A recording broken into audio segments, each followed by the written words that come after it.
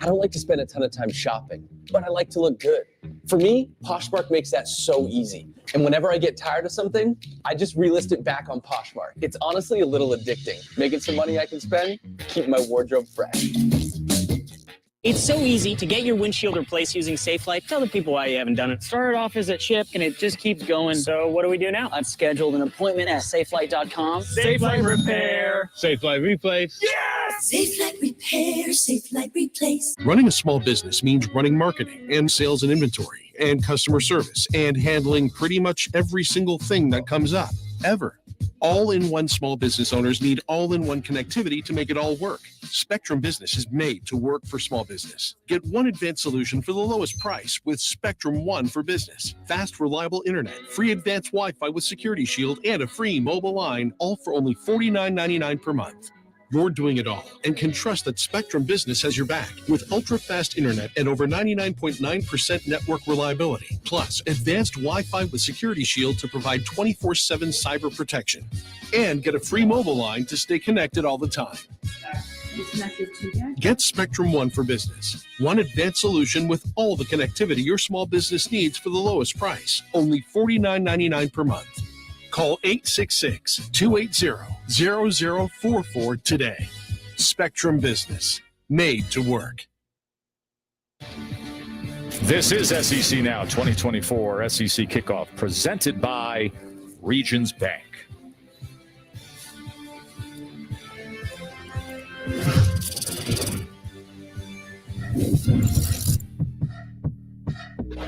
Texas back in Bama territory. Ewers from the pocket. Now he'll loft one downfield. Worthy's got it for a touchdown. What a throw by Ewers. Throws the deep ball. Caught Burden. Touchdown. Luther Burden, one of the best in the nation. Right down the seam. Caught for a touchdown. Carson Beck's able to drop it right over the top. Imaliava. First play, second quarter, touchdown Tennessee. The ceiling for Nico is very high. Here we go. Fourth and goal. Still looking. Firing. Near corner. It's caught. Touchdown Alabama. Unbelievable. It was just a great throw by Jalen.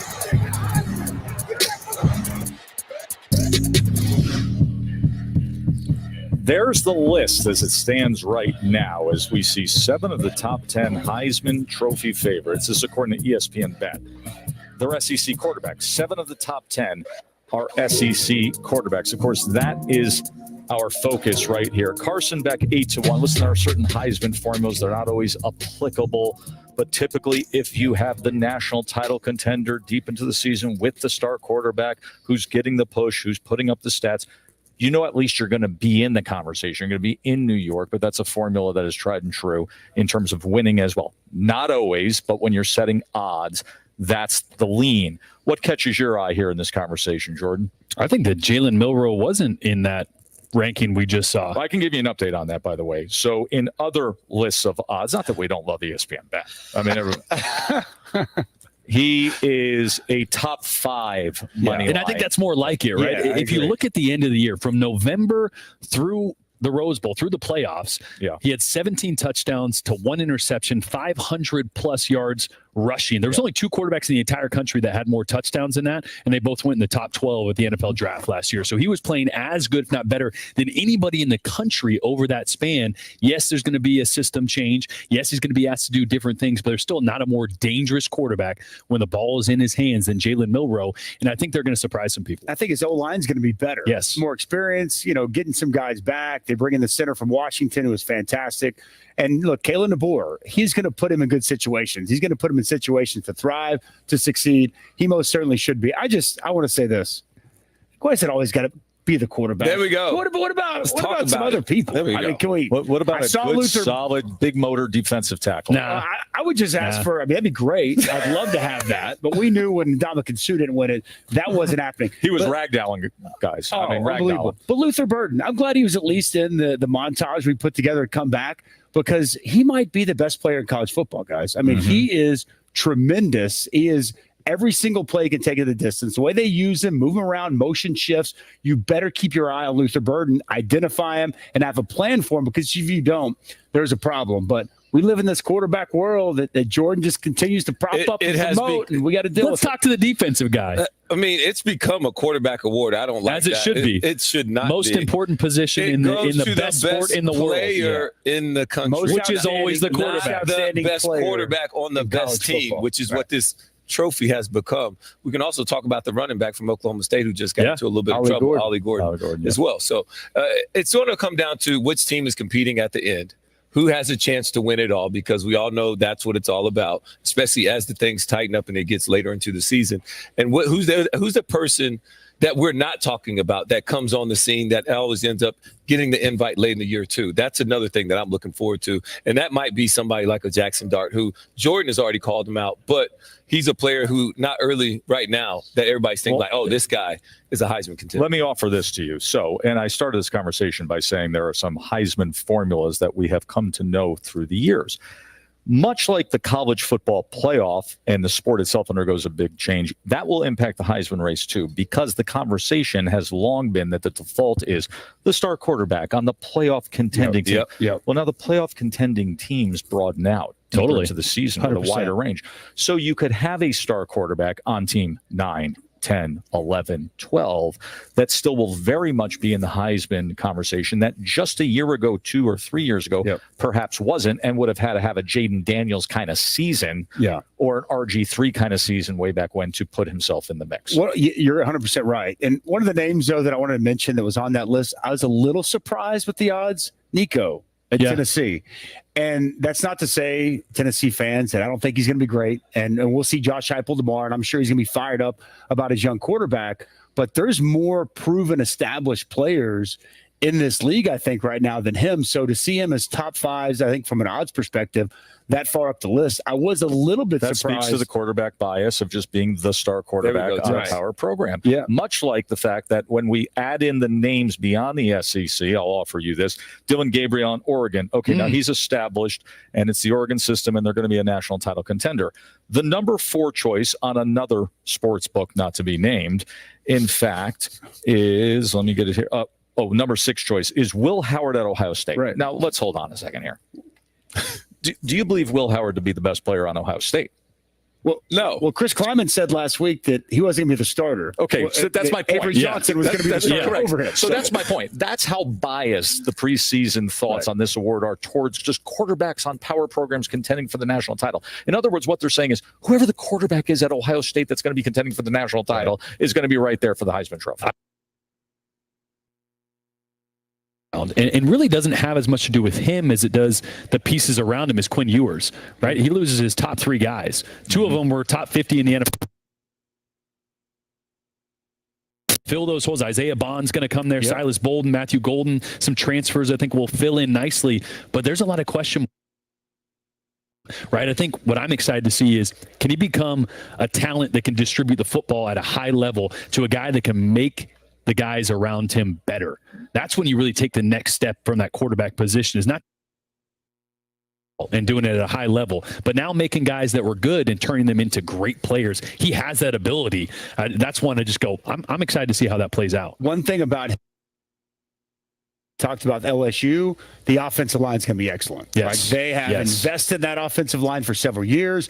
It's going to pay dividends. I think LSU, Texas, with quality O-lines, which is going to help him. CJ Baxter, too, a running back maybe to keep an eye on. We haven't talked about just yet. Garrett Nussmeier was down that list. As we know, I'm high on Garrett Nussmeier. One thing I want to, because you kind of alluded to it, but with Carson Beck, and I'd love to get your thoughts.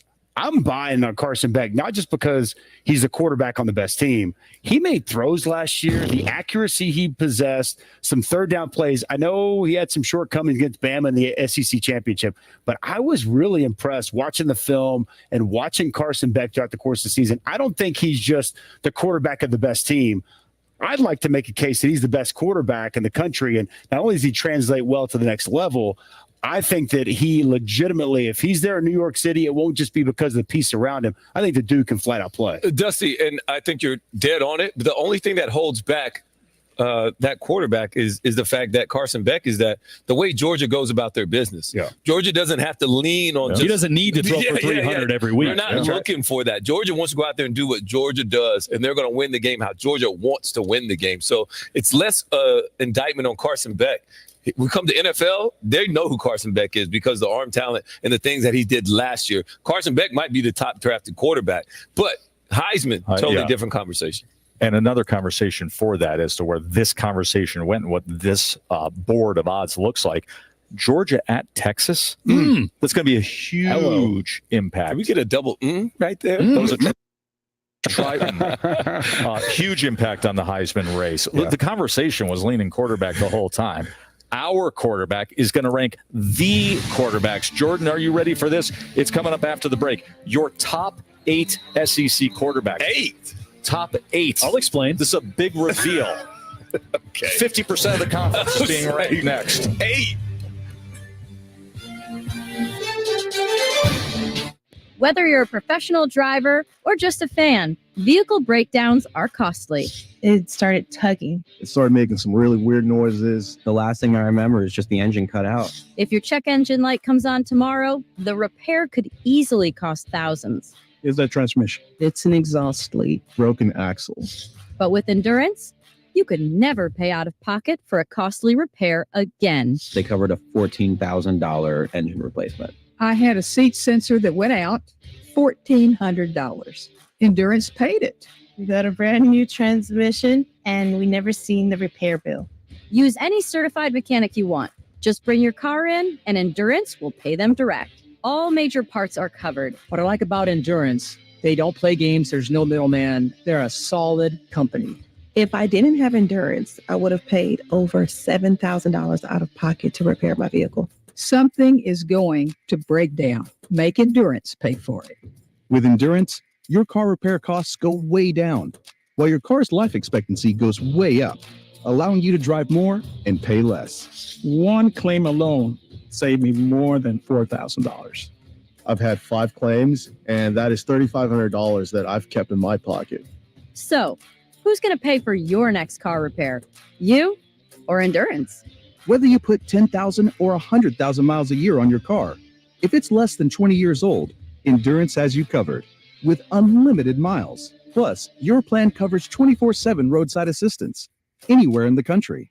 Call right now to get $300 off any plan, plus a full year of our top-tier elite benefits, a $2,000 value free. And all Endurance plans come with a 30-day money-back guarantee. But you have to act now. Call 1-855-276-0452. That's 1-855-276-0452. You can trace the history of night football to the Southeastern Conference. Shield Watkins Field shines like an emerald in the night. When you walk in at night in one of those legendary stadiums, you can feel the ghosts. When you play a night game in the SEC, it is different. Let me tell you a story about how on Saturday nights in the SEC, the only thing brighter than the lights are the stars. An SEC storied film, Saturday Night Lights, Thursday at 7 Eastern on SEC Network.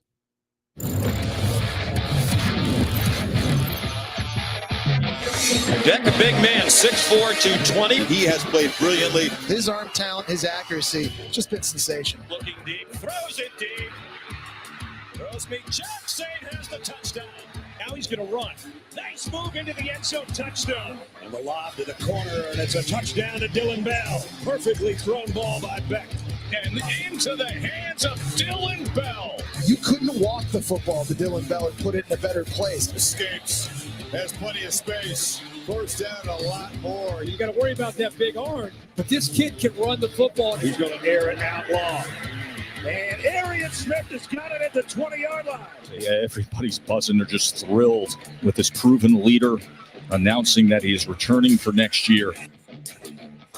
What was that, like reading with a Cavassier and a cigar right there? What was that? You tell us. That had to be fill time of the 63-3 Orange Bowl. Right? I think that's what that was. That was like Lou Rawls kind of stuff. Yeah. That was like.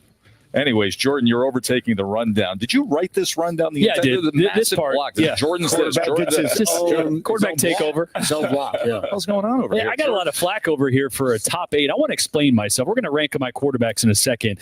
The reason I picked top 8, because there was a thing called MySpace back in the day. 2003 it was founded. So most of these kids were born when I had my first MySpace. And the soft generation doesn't realize that back in the day, you ranked your top friends. That's true. And you had 8 of them. Yeah. And that could be a fluid list. One day, my buddy Todd, best friend, he was number 1 for a while. Maybe he pissed me off. I put him at 3. And he got to know that. He got knocked down a few. So I'm going top 8 of my quarterbacks because it's a fluid situation, but this is how I'm going to have him. Todd invited to your wedding. He's the best man. Yeah. So he got back up to get number 1 on that list. I like Great. All right. So here's the deal. I like that. 16 quarterbacks in the SEC. Pretty well defined. I think we have an understanding as to who's going to be where on the depth charts here. So we get 16 quarterbacks in the SEC. We asked Jordan for his top 8. Let's reveal 8 down to 4. Take it away. So this was tough. This was a tough block. I'm going to start at number 8 with a guy that I think has a ton of upside, a ton of potential, Garrett Nussmeier. The guy set for a reason. We saw how capable and how talented he was in the bowl game. 395 yards, a 98-yard touchdown drive to win it. Also replaced Jaden Daniels in the SEC championship a couple years ago and fought extremely well against a good Georgia defense. I think he's got a chance to surprise some people. Graham Mertz, I think, is a guy that's very divisive when you talk about him. The one thing that is as big of a correlation to winning games from the quarterback position is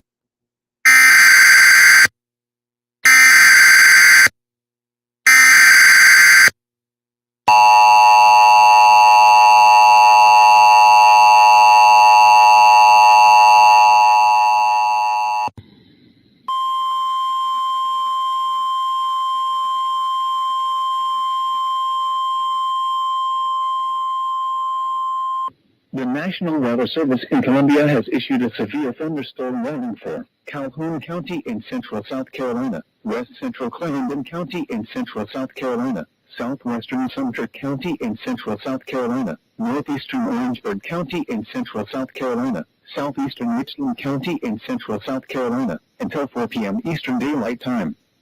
At 3:27 p.m. Eastern Daylight Time, a severe thunderstorm was located over St. Matthews, or 11 miles northeast of Brookdale, moving east at 30 miles per hour. The following hazards are expected: 60 miles per hour wind gusts. Source: radar indicated. The following impacts are expected: expect damage to trees and power lines. Locations impacted include St. Matthews, Ellery, Santee State Park, Santee, Pinewood, Cameron, Paxville, Poplar Creek Landing, Rimini, Fort Mott, Stumpole Landing, Creston, Lone Star, and Low Falls Landing. This includes Interstate 26 between mile markers 140 and 144.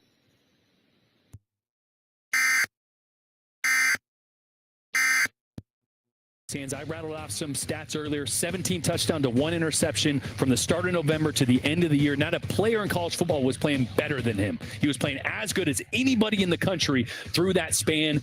New system, new coach. I think there's going to be some learning curves, but he is still one of the most dynamic in the entire country, bar none. And if you're a defensive coordinator, you don't want a game plan against him. I like the swings you took right there. He took We're some going swings. big. No, I felt like it was a lot of power punches, a lot of uppercut. Like, Let's I like go. the swings you took right there. Not jabs. Those weren't no, body, there was no those weren't body jabs, shots, no no. shoe shining.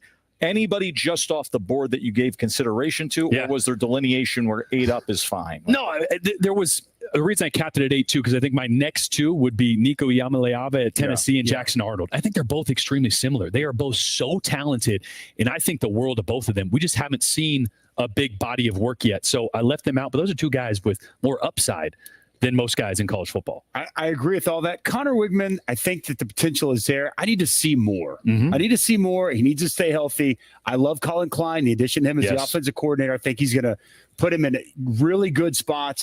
The offensive mind, they throw a lot of different offense at you. That's going to give him the chance to create some matchups. I'm higher on Garrett Nussmeier. Yeah. No, again, that was a tough one. Small sample size. Obviously, he's got 1 start on his belt. He did great things in that 1 start, but I'd have him a little bit higher. But other than that, I respect the list. Wigman, and you got to put yourself out there a little on somebody. He's a little bit high for me. as Roman looks like he's just disgusted. Rome, I'm going to give you a chance to disgusted. I'm going to give you a chance to rip it apart, but I'm going to go my top 3 just before, because there might be Part someone of that you're the going to tear me for. current Okay. settlement At for number resolve 3, to the extent we can I'm resolve going as Quinn much as Ewers. possible to do just And a lot of that. people maybe have him at 2. We're Some of the not question alone marks that I said in earlier, I college think, athletics. It is being what pursued around from a him less litigation front. You saw to what do with his happened in the talent and his NFL upside Sunday than what decisions. returns around him. But I will You say I look did the at Major Alamo League Bowl Soccer, at the end of the just doing 2022 research on season, Law and I saw a 360. quarterback that didn't have a ton of confidence in himself. Open lawsuits Arch Manning had there. just stepped onto campus. They'd We underachieved clearly a little bit. I have saw a had to quarterback think that didn't differently. believe in himself. You can see that Last happening year, in we saw a decisions that are made quarterback on that had policy. command, had confidence, An element and of the the question upside and is talent how much is top 10 authority NFL can draft be pick managed worthy. at So the he's got national all the skill level set. through At the number 2, NCAA. Jackson That's Dart. clearly I what's said it under already. He is my full scrutiny. favorite to win the What can be Heisman this managed at year. the conference What I loved level. about If his it's growth less and development nationally, last year, how do you his actually have accuracy Final Fours in downfield. college Not just so football much playoffs? accuracy, because Everybody's accuracy down is completing footballs. Ball placement, I also back would shoulder observe throws, that over the when you top look throws. at He was laser litigation accurate, that pushing the ball exists downfield, at and he national level, protected the football. it's not an Add that with indication his that skill that set, his model athletic solves ability, all litigation it's hands down. threats. Carson Beck. Simple Let me get to this. observations. I We need to be live in a careful with how I say this. society. There's We not a have to continue to quarterback make wise decisions informed in by college legal football counsel, that is better and be prepared on to time, defend those in decisions rhythm, that are made. and manipulating the Lastly, trajectory of we're a dealing with football, historic which change. that is the hardest thing to do as a quarterback is, if you got a fastball, sometimes you want to throw that fastball every time you have an opportunity to. There's not a guy better at that level 2 throw, getting up and over a linebacker, anticipating when he needs to. He's the best quarterback as a whole in the country, I believe. And I think he's going to be a top 3 draft pick next year, if not the number 1 off the board.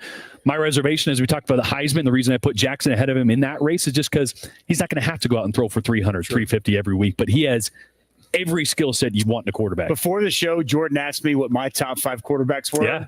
I didn't say mine. My top 4 were the exact same as Let's his. go. Look at that. So I know you. I don't want to just be, hey, we agree with everything. This was, I know, don't do me like that. I think his top 4 are right. What you got? Issue? Come on. What's your beef? So let's go all the way back. Yeah, let's go back. Yeah, let's go all the way back. Number 1, Nussmeier should be higher than 8. I like Connor Wegman. I think he has great upside. But the first thing you say or start off with is when he's healthy. So that needs to move him back because it's all about availability as far as ability as well. So that's going to be one thing for him. He needs to be moved back. I like Nussmeier moving up. Brady Cook, he's not going to wow you with a lot of things. He is more athletic. I kind of like where he's at. I kind of like your overall things. Okay. The only thing about Quinn Ewers is that I think he has all the ability in the world. If somebody's open, he can put it in wherever he needs to. He can throw a fastball. He can put air on it. But the offense kind of dictates his success. Can Quinn Ewers drop back and read 1, 2, 3, 4 and get it to whoever he needs to, with his feet being all underneath him the whole time? That's going to be my question mark for Quinn Ewers at the next level. I think in Texas, he's perfect because everything's drawn up for him. I've read motion here, fake here, da-da-da, step up. It's already there for me. Just put it there. So I like your overall. So you're telling me you got a chance. We kind of agree. Let's go. I'm kind of agreeing. I think Carson Beck is definitely the number 1 I do guy, want to just follow up on the Connor Wigman thing real quick, because what I'm most excited, and when you make these lists, it's part about production that you've proven so far, and it's part about prediction, right? And you gotta balance that carefully. Connor Wigman this year is going to have an offense under Colin Klein that is designed around his strengths. And I don't want to underestimate him enough. Like coaches say they do that. Texas A&M did not do that. Nope. They did not try to move guys to get them the ball. They did not stress the defense pre-snap at all. Early in that season, I was kind of like, hey, they're doing some things a little different with Connor this year. Then they reverted back once he got injured to that stale offense that Jimbo had been running for a decade. This is going to look different, and I think he's going to play a ton better because of it. He's got the skill set, so I'm super high on it. That's why I put Brady Cook in my top 5. I would move him in at number 5. Kirby Moore, second year with him as the offensive coordinator, and he does that. Move guys better than anybody. And he creates matchups for Luther Burden. So that was my biggest thing, and I'm sure the Missouri fans and Tigers fans, I'm sure they're not loving your list because I think that they feel Brady Cook, no doubt, should be much higher and somewhere from inside a production standpoint. Right. Totally, and that's where I went. I think Connor's going to have a huge season, so I'm going to predict that he's one of those top quarterbacks I just thought I would shred this list. It's not bad. Let's go. Come on. It's not bad. Come on now. It's not bad. It's a big compliment coming. It is. That's as best as I'm going to give George to Not bad. It's not bad. Not bad. I'll take it, bro. Big I'll take Connor it. Wigman love fest over here. But the guy who was top 3 on your list is going to be joining Alyssa Lang in a moment. We will hear from Jackson Dart when we come back.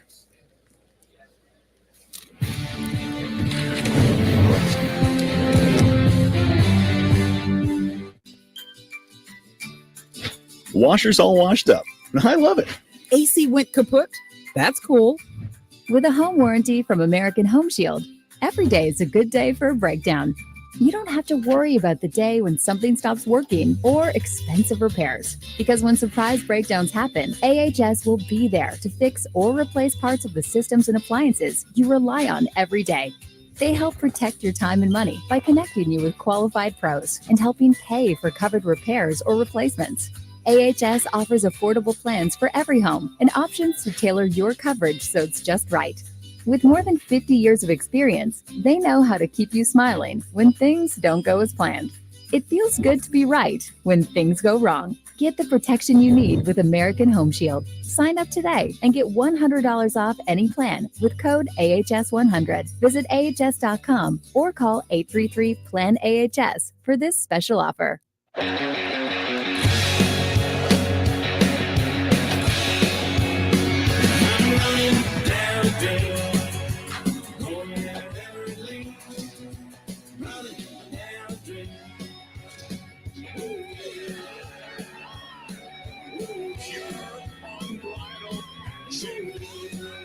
This place is rocking.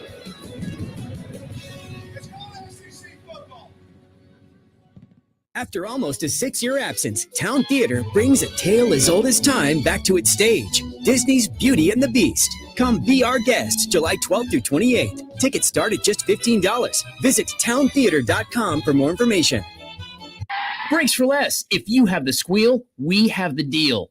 All 4 wheels for just $239. Why do customers choose us?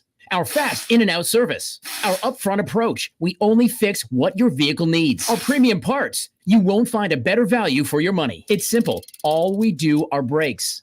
Don't forget, get us your keys by 4:30 and your brakes are done today. Brakes for less. Make an appointment online. Give us a call or just walk in. After almost a 6-year absence, Town Theater brings a tale as old as time back to its stage. Disney's Beauty and the Beast. Come be our guest July 12th through 28th. Tickets start at just $15. Visit towntheater.com for more information.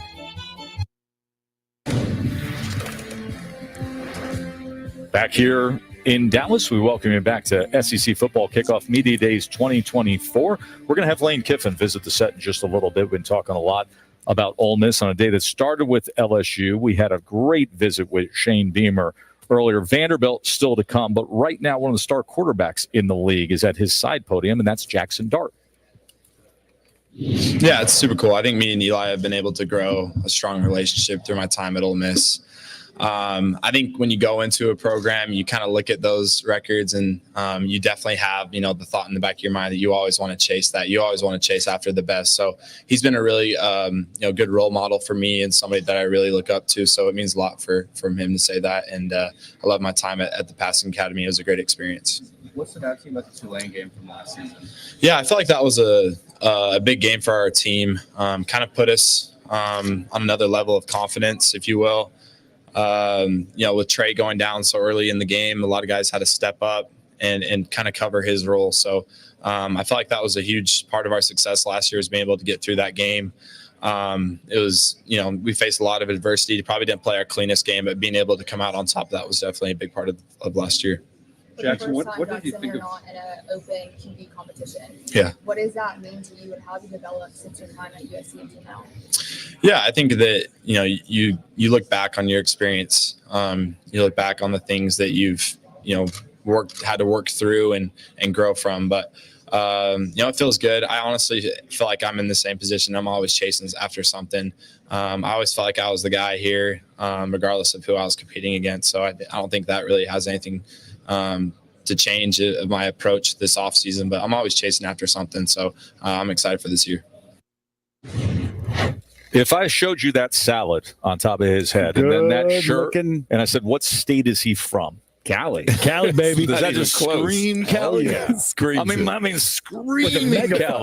right? He's proven it, though, in the Southeastern Conference. We're going to focus in on South Carolina when we come back.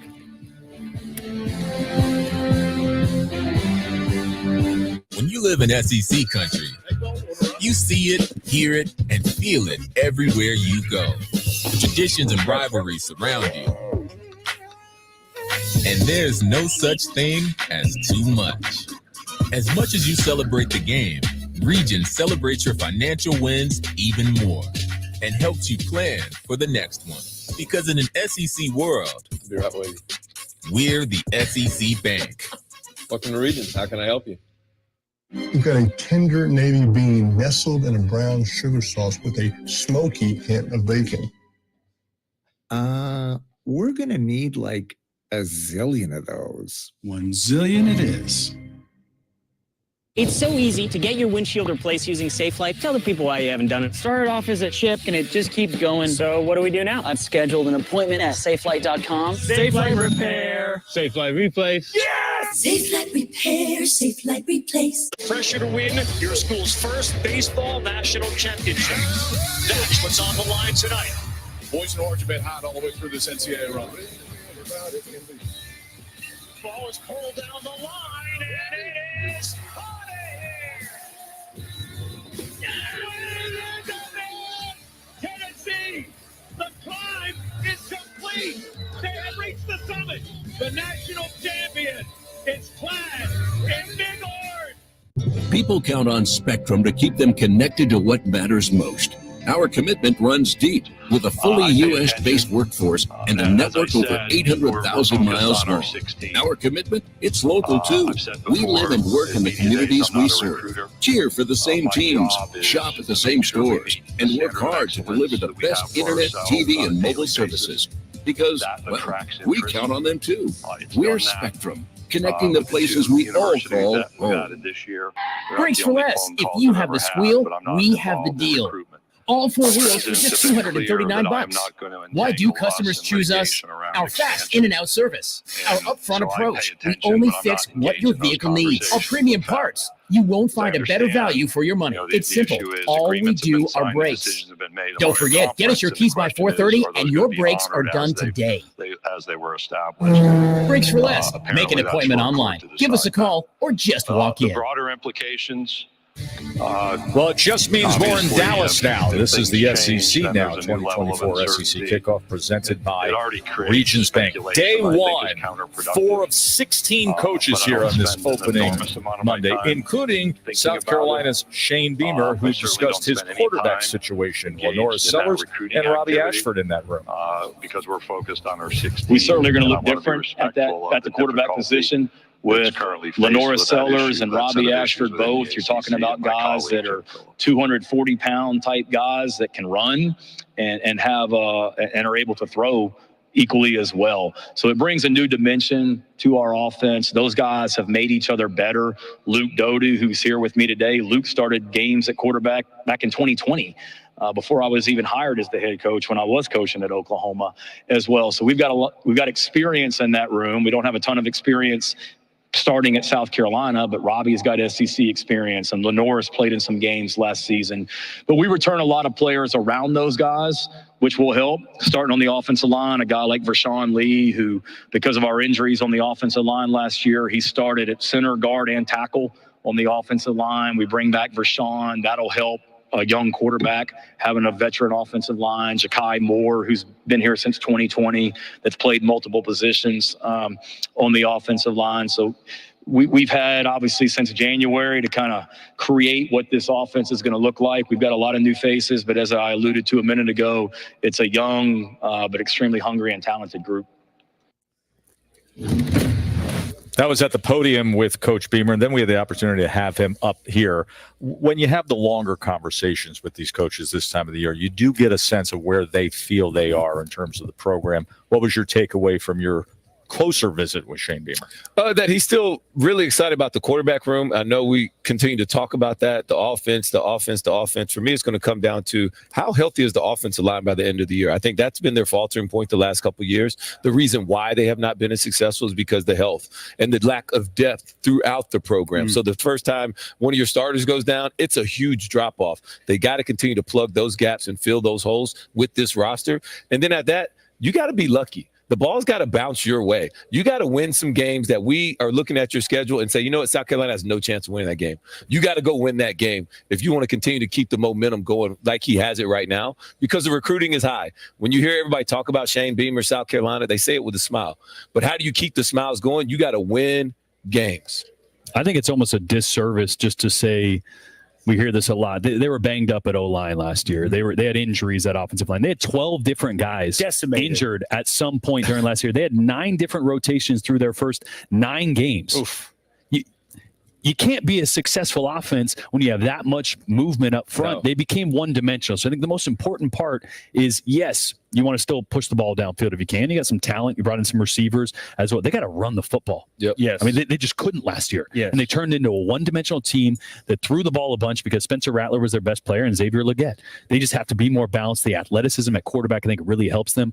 But again, a lot of that was out of Shane Beamer and Dow Loggins' control last year with all those injuries. So they're going to be much better just from a starting point of health this year. Continuity is key, especially in the offensive line. If they can keep that health, they've had guys that have been through the fire a season ago, and they've got to run the football. And I think that is what's going to help Sellers really be able to accelerate quickly as a quarterback in this offense. Utilize his size. You brought in Rocket Sanders. You got Attaway from North Texas. Some new faces there running back. And for a lot of offensive linemen, would they struggle the most? Pass protection. The worst in the Power 5 in pass protection rate. How do you help that? You start getting off the football and knocking people off the ball. Allow that offensive line, dig your cleats in, and be able to open up some holes. So I think running the football is going to be a key. And then obviously the defense. Debo Williams, to me, is a linebacker that I trust, I like. Very productive, high energy. I think he can spearhead and headline a defense that brings back a lot of players. They also hit the transfer portal. To me, it's a team that's built that way. Offensively by run the football, and defensively take a little bit bigger of a step here this season. Williams led the team in tackles last year, had 113. Just pop up the schedule, guys, if you would, on South Carolina. Not easy. I want to focus in on this stretch in October. October 5th, Ole Miss. October 12th, at Alabama. October 19th at Oklahoma. This is what we talk about when we describe getting through the gauntlet of the SEC and how you get punched in the face. Because, Jordan, to your point, last year you talked about shuffling things on the offensive line. You catch a couple injuries going into a stretch like that, you're toast. Yeah, and I think that's where injuries, not just offensive line, at linebacker, they're too deep last year was a little decimated. Not some of their headlining players, they didn't have any depth. They're a lot deeper, which helps, to your point, through that October stretch when you have a deeper roster. You have more guys, especially at the linebacker position. They're deeper and faster, more athletic than they've ever been. That helps during those stretches, but they were 5-7 last year. Got to get back to a bowl game, right? We're not talking about going to win in 10 games with this schedule, but bowl game is realistic for a team that's healthy and as talented as they are. And I wish they would have kept that up. Sorry, GR. I wish they could put it back on. Because you should see how great these guys are in the truck. I know we're considered experts on this all table right here. You know, look at that. Test the biggest. Quote, unquote, look at that. Boom. But you look at just who they're playing and just ask yourselves, at Kentucky, are they better than Kentucky? That's debatable. Yeah. LSU at home, are they better than LSU? All right, Akron, okay, we'll give you the win. Ole Miss, are you better than Ole Miss? At Alabama, that's tough. At Oklahoma, are you better than? Texas A&M, are you better than? At Vandy. Missouri, are you better than? Wofford, and then you got at Clemson, are you better than? These are the things that they have to go out there and prove. I know we're considered experts. When you look at the schedule, though, like Jordan said, we got to find 6 wins. We got to go out there and get to a bowl game and reset our mindset of what success truly is. And when you look at the schedule, it is tough. And I'm trying to see how they're going to get those 6. That is why I look at it and I'm like, it's good. You know, we're going to cut the oven on preheat if we don't get to the bowl game this year. That's all I'm saying. They need to protect Williams-Brice Stadium. That's how they get there. Yeah. And if you can just split, okay, because it is a tough road at home. LSU at home, as we just looked at, Ole Miss, Missouri, as well as Texas A&M. They got to find a way to split those. I know you're sitting here, if we're looking on paper right now, or we look at power rankings, or however you want to look at it, No, those teams come in and are better. That's a great venue. They're going to play Sandstorm. They're going to get loud. They're going to get a little crazy. Going to have to play some beamer ball, create something on special teams. It's football. It's an oblong ball. Better team doesn't always win. True. That, to me, is how you get to 6. You've got to do a good job in those 4 SEC games, really finding a way to split and go 2-2 at home. That's the path I see that gets them to 6 wins. You actually mentioned special teams there. That actually may be one of the biggest coordinator changes in the league this year that people won't talk about. Pete Lembo may have been the finest special team. A couple of years ago when they beat Clemson with Lembo and the trick plays, and he does it all the time. He's the head coach at the University of Buffalo now. So he's not there as their special teams coordinator. But I thought it was a great visit with Shane Beamer. And he's always when he came here as a rookie head coach, I don't know if you guys remember that media days, but he just wins everybody over. I agree. Right? He wins everybody over. But you got to stay positive in this league as you start getting year 3, year 4. Here come the writers. Here comes the fan base. Here comes the experts. Here come the experts.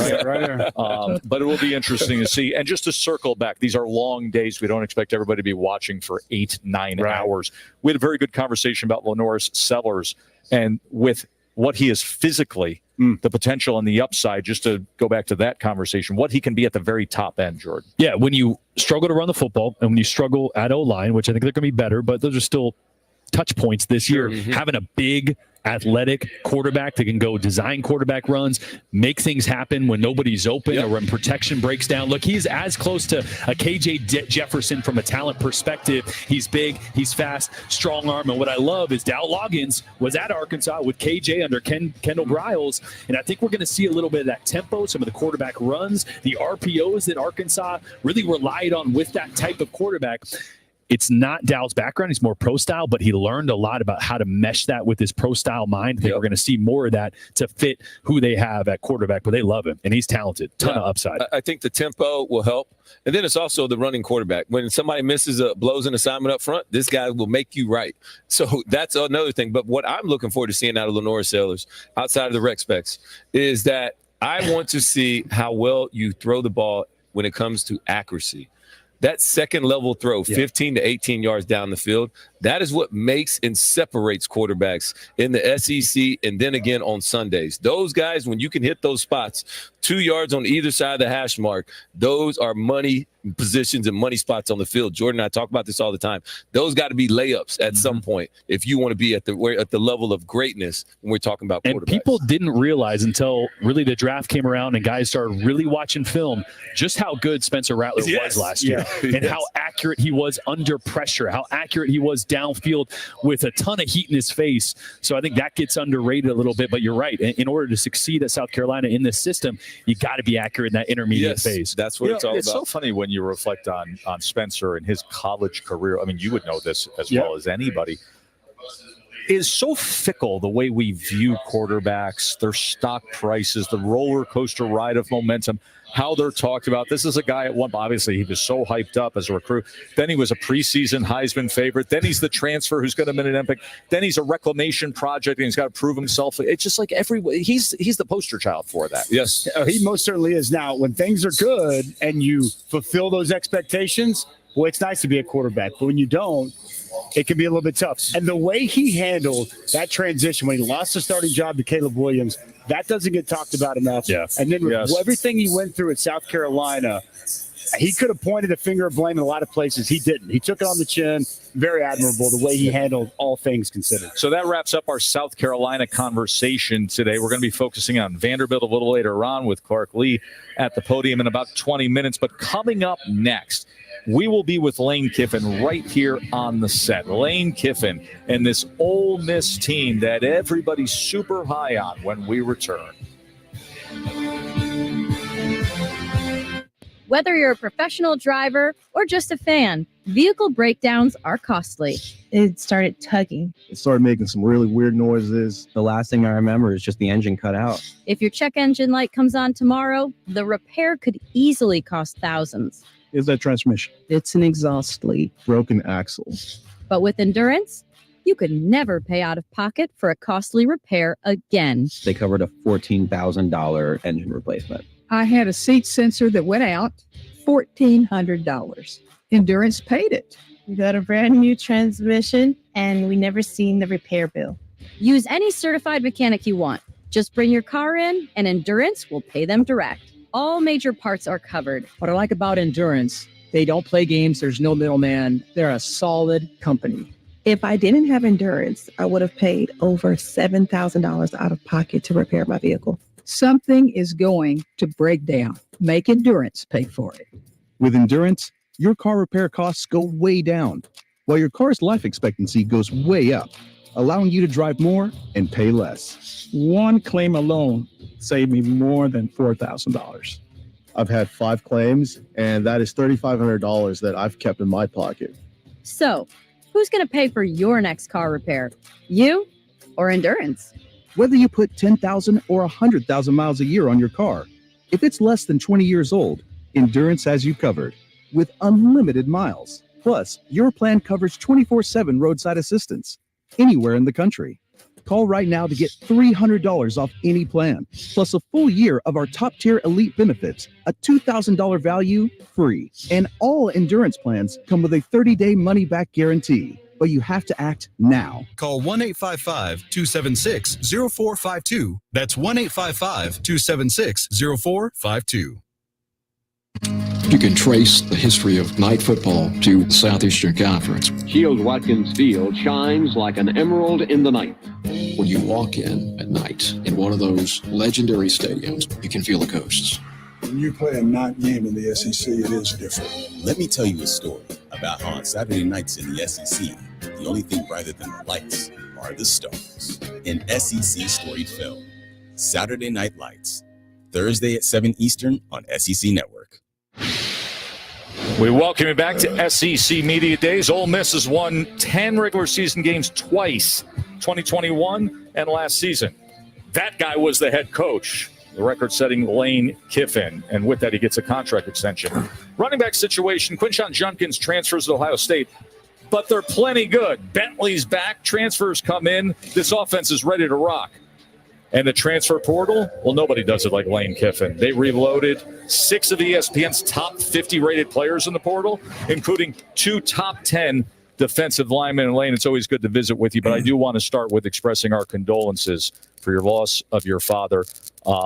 We can talk football we want. I do not know where you are in the grieving process right now to openly talk about your dad, but he was an all-time iconic legend as much as anybody was in the sport. So if you do want to speak of your father and the impact he had for the viewers, we would love to hear about that.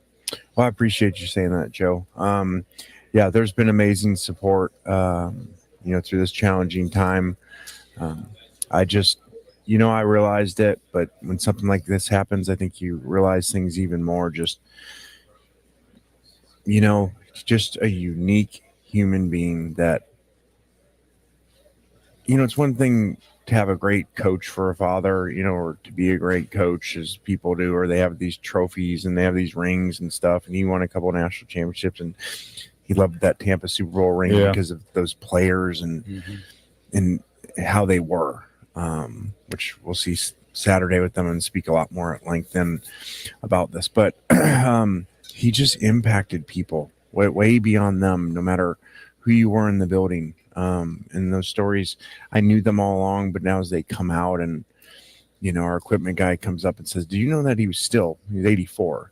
He still came down here all the time. He's like, I just want to hang out with my guys, equipment guys, and the student managers and, the assistant video guys, that have come out to say, you don't understand. Your dad did this, and this for me, and helped me through these stages of life, because he didn't tell those stories. He just helped people. And he was one of the rare people that now I look at it, everything that he did in those relationships or things that he did were non-transactional. Mm-hmm. And that's very rare. He was, it wasn't to get anything back. It wasn't because what your title was. He just treated people really, really well. Okay, so that's Lane's father, Monty, the all-time great defensive coach who, listen, there are a few people that impact the sport where you say something and you just know it. And the Tampa 2 defense and Monty Kiffin, let alone all the lives he impacted, lives he changed as a coach. But our condolences as you and your family go through that grieving process with the loss of your father. Let's move on to things that are so optimistic to look forward to, because you have shaped this roster in a way where now you look at it and you see Jackson Dart returning, and you know what you have throughout this thing offensively, and then you see the transfer portal kicking in defensively. Where does your eye go with excitement when you look at simply the roster here and what you're going to have on the field? Well, that's a tough question because there are really good pieces in all areas. And you guys have been doing this for years. And because like, well, every coach comes up and we're so excited about this year, but then half of us are like, well, we're excited about this part, but we ain't going to be very good over here. Of course. I might be the one coach that tells you that. Yeah, you're the only one. You have done that, actually. like, hey, we're going to be really good on offense. We're going to stink on defense, so we better outscore people. Yeah, that has been a common refrain, but yeah. this year the defense is. Yes. Now I actually do go in a season where I feel like we really have a chance to be really good in all areas, including special teams with the returning kicker that's really, really good. We address things in all areas, but especially defensively. We happen to have a lot of good players come back that had a chance to go to the NFL, a number of them on offense, maybe more than defense. And so we addressed more needs portal-wise on defense than offense. And they look right is the best way that I would say it. I don't know that we're going to play well together. That means a lot. Look at these NBA teams that sign these great free agents and have this, three-headed monster the other night, and then they can't barely make the playoffs. So there's a ton of work to do. But we do look right where, to me, even though we've had good teams and been excited, like winning 11 games last year in Peach Bowl, but in warm-ups, it wasn't like, ooh, we got to play Ole Miss. Mm-hmm. So that feeling has always happened playing Alabama, Georgia. Again, I'm not saying we're at that level, but I'm saying at least we got length and size so that we look like that. The area that excites me is your defensive line. You added a couple of key pieces, Walter Nolan, Princely coming over to be your edge rusher. Just talk about that area in particular and how important that is to win at the highest level of college football. Yeah, again, that position, like just said about everywhere, but probably more than any spot in any place now has both those guys, strength, length, look like NFL guys. Yeah. And that's a really exciting group because there's a number of people like that. One of them is Jared Ivey, who's here today.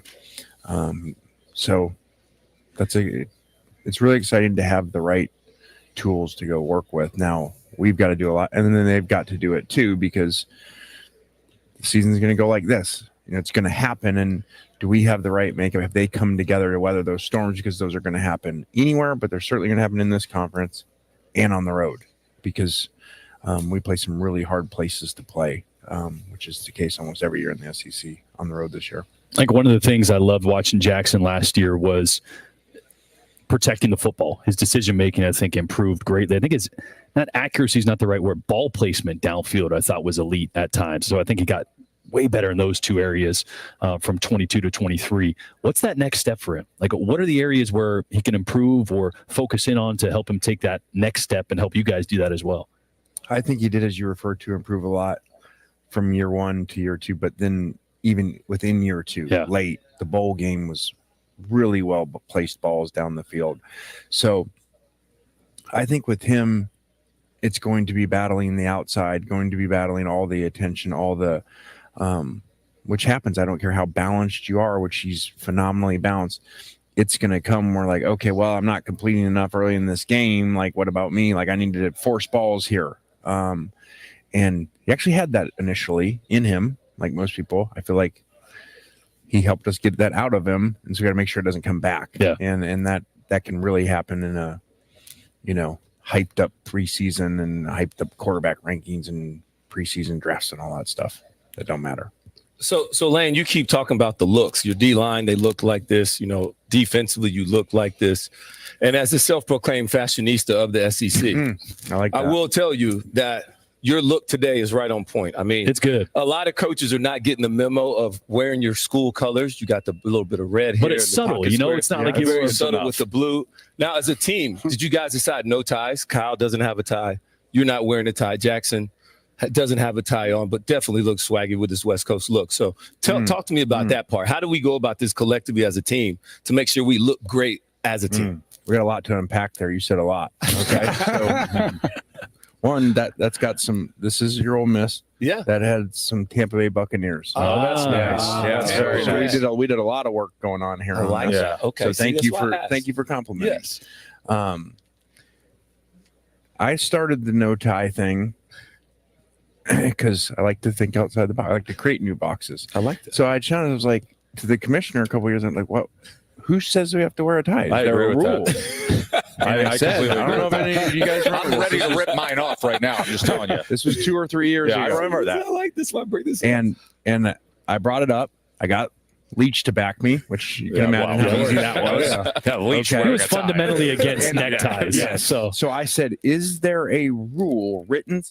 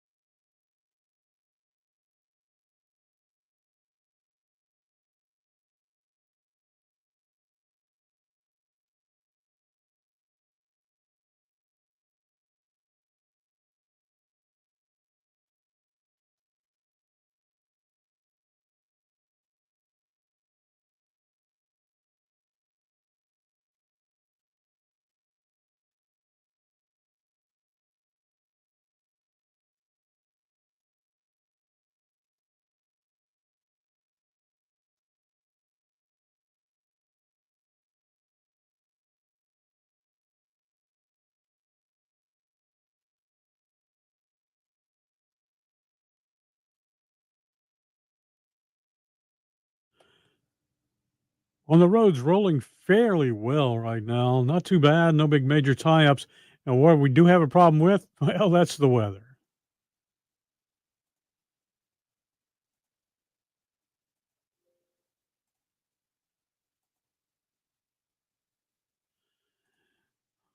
Roads are looking pretty good right now. No major accidents or tie-ups at the moment, but we do have, of course, hot, hot, hot weather. 101 degrees, the high for today. That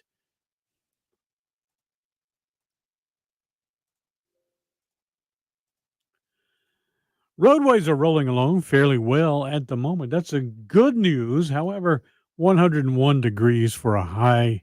That's the high temperature today. That's a feels like of 108 degrees. Tomorrow, pretty much the same. Now, we do have increasing chance of thunderstorms as we go into tomorrow and increasing all the way up through Thursday and Friday and Saturday and Sunday. So maybe we'll get a thunderstorm or two. Storm.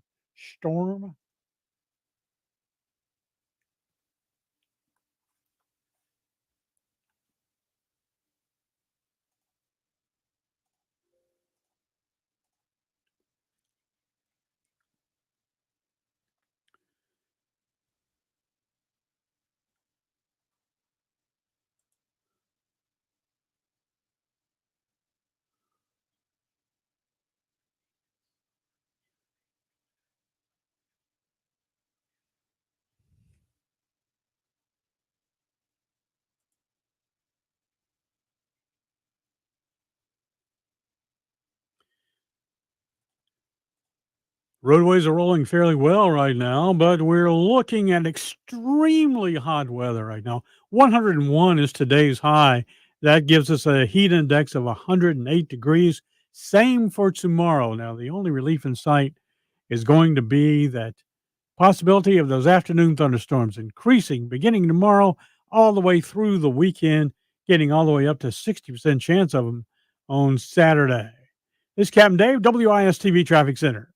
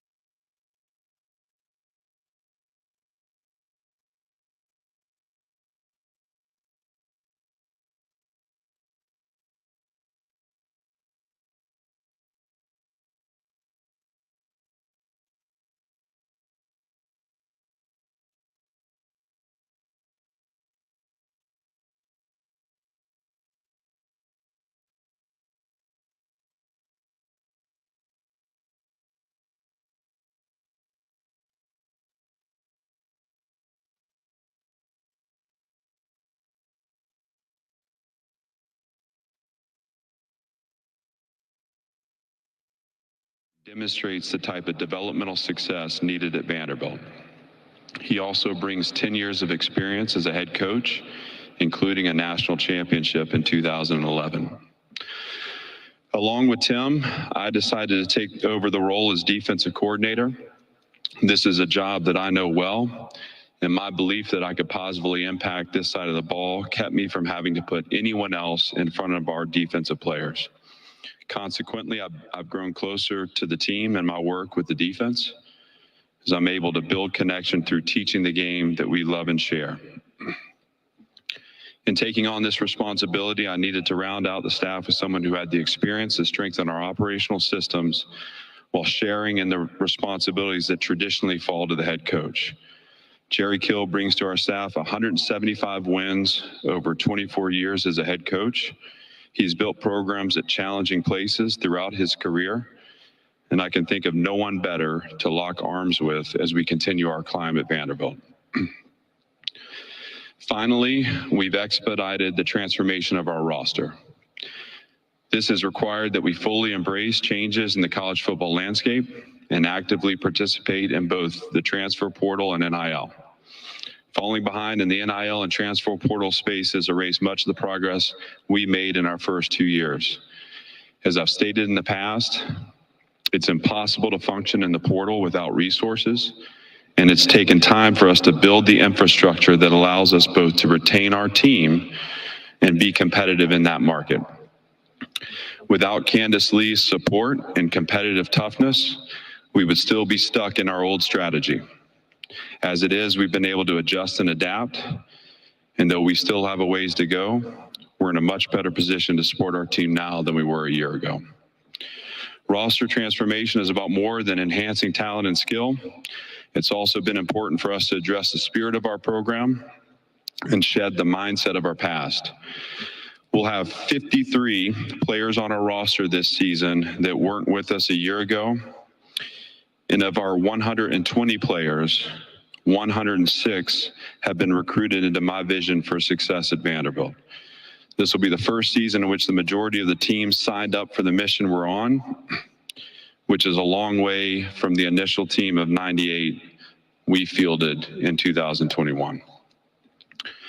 When I accepted the job at Vanderbilt, I set out to build a program that serves the long-term interests of the players, one that is the caretaker of future success, the steward of holistic development, and healthy experience.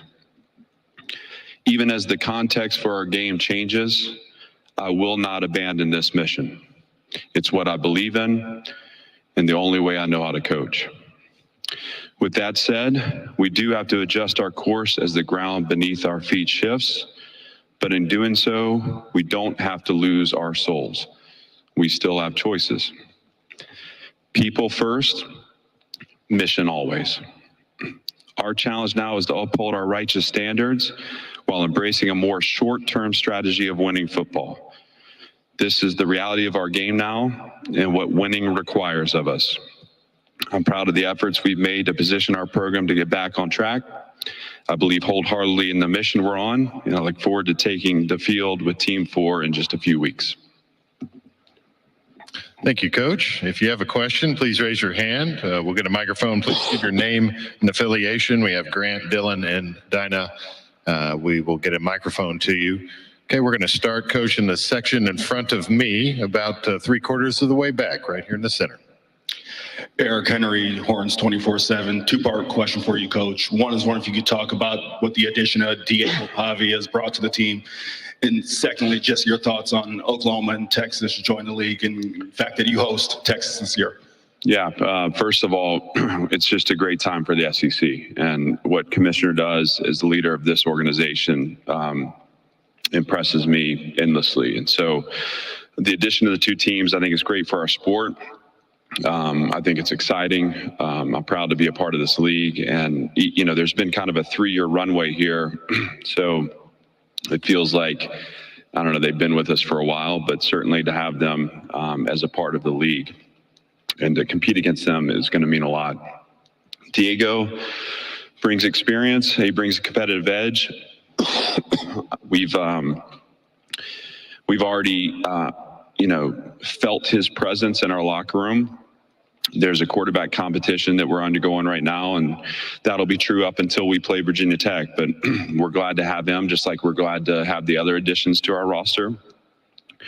For those that know Diego, know that he's a unique competitor he just exudes edge, and really proud to have him in black and gold. All right, we'll go over here on our left, on the aisle. Ike Jones with the War Report Auburn. Coach, you said in an interview earlier during spring that this is the most fun that you feel like you've had as a head coach. Is that mostly because of your recommitment to be the defensive coordinator, or is it more of like the buy-in that you're saying when you're getting more players that you've recruited? Well, I think specifically it's speaking to just being able to reconnect with the passion I have for teaching and coaching. And true, I mean, like I'm a teacher first, I'm a competitor second. So, feeling like I have direct responsibility over the play and the performance on the field, building trust with players through teaching them and helping them to play the game at a higher level, all those things are energizing to me. I also feel very positively about the resilience we demonstrated in a tough December after a tough season, and the idea that we're, able to bolster our roster and to do things to build competition on our team. Those are things as a competitor that excite me too. And again, Candace Lee's been such a great partner on all this. We're building this program in conditions that seem to change every day. But to know that we can get through some of that roster turnover and be better for it, to not lose the foundation of culture that we built over 3 years, to find people that fit us and that come in and actually not just fit us, but add to us and move us forward.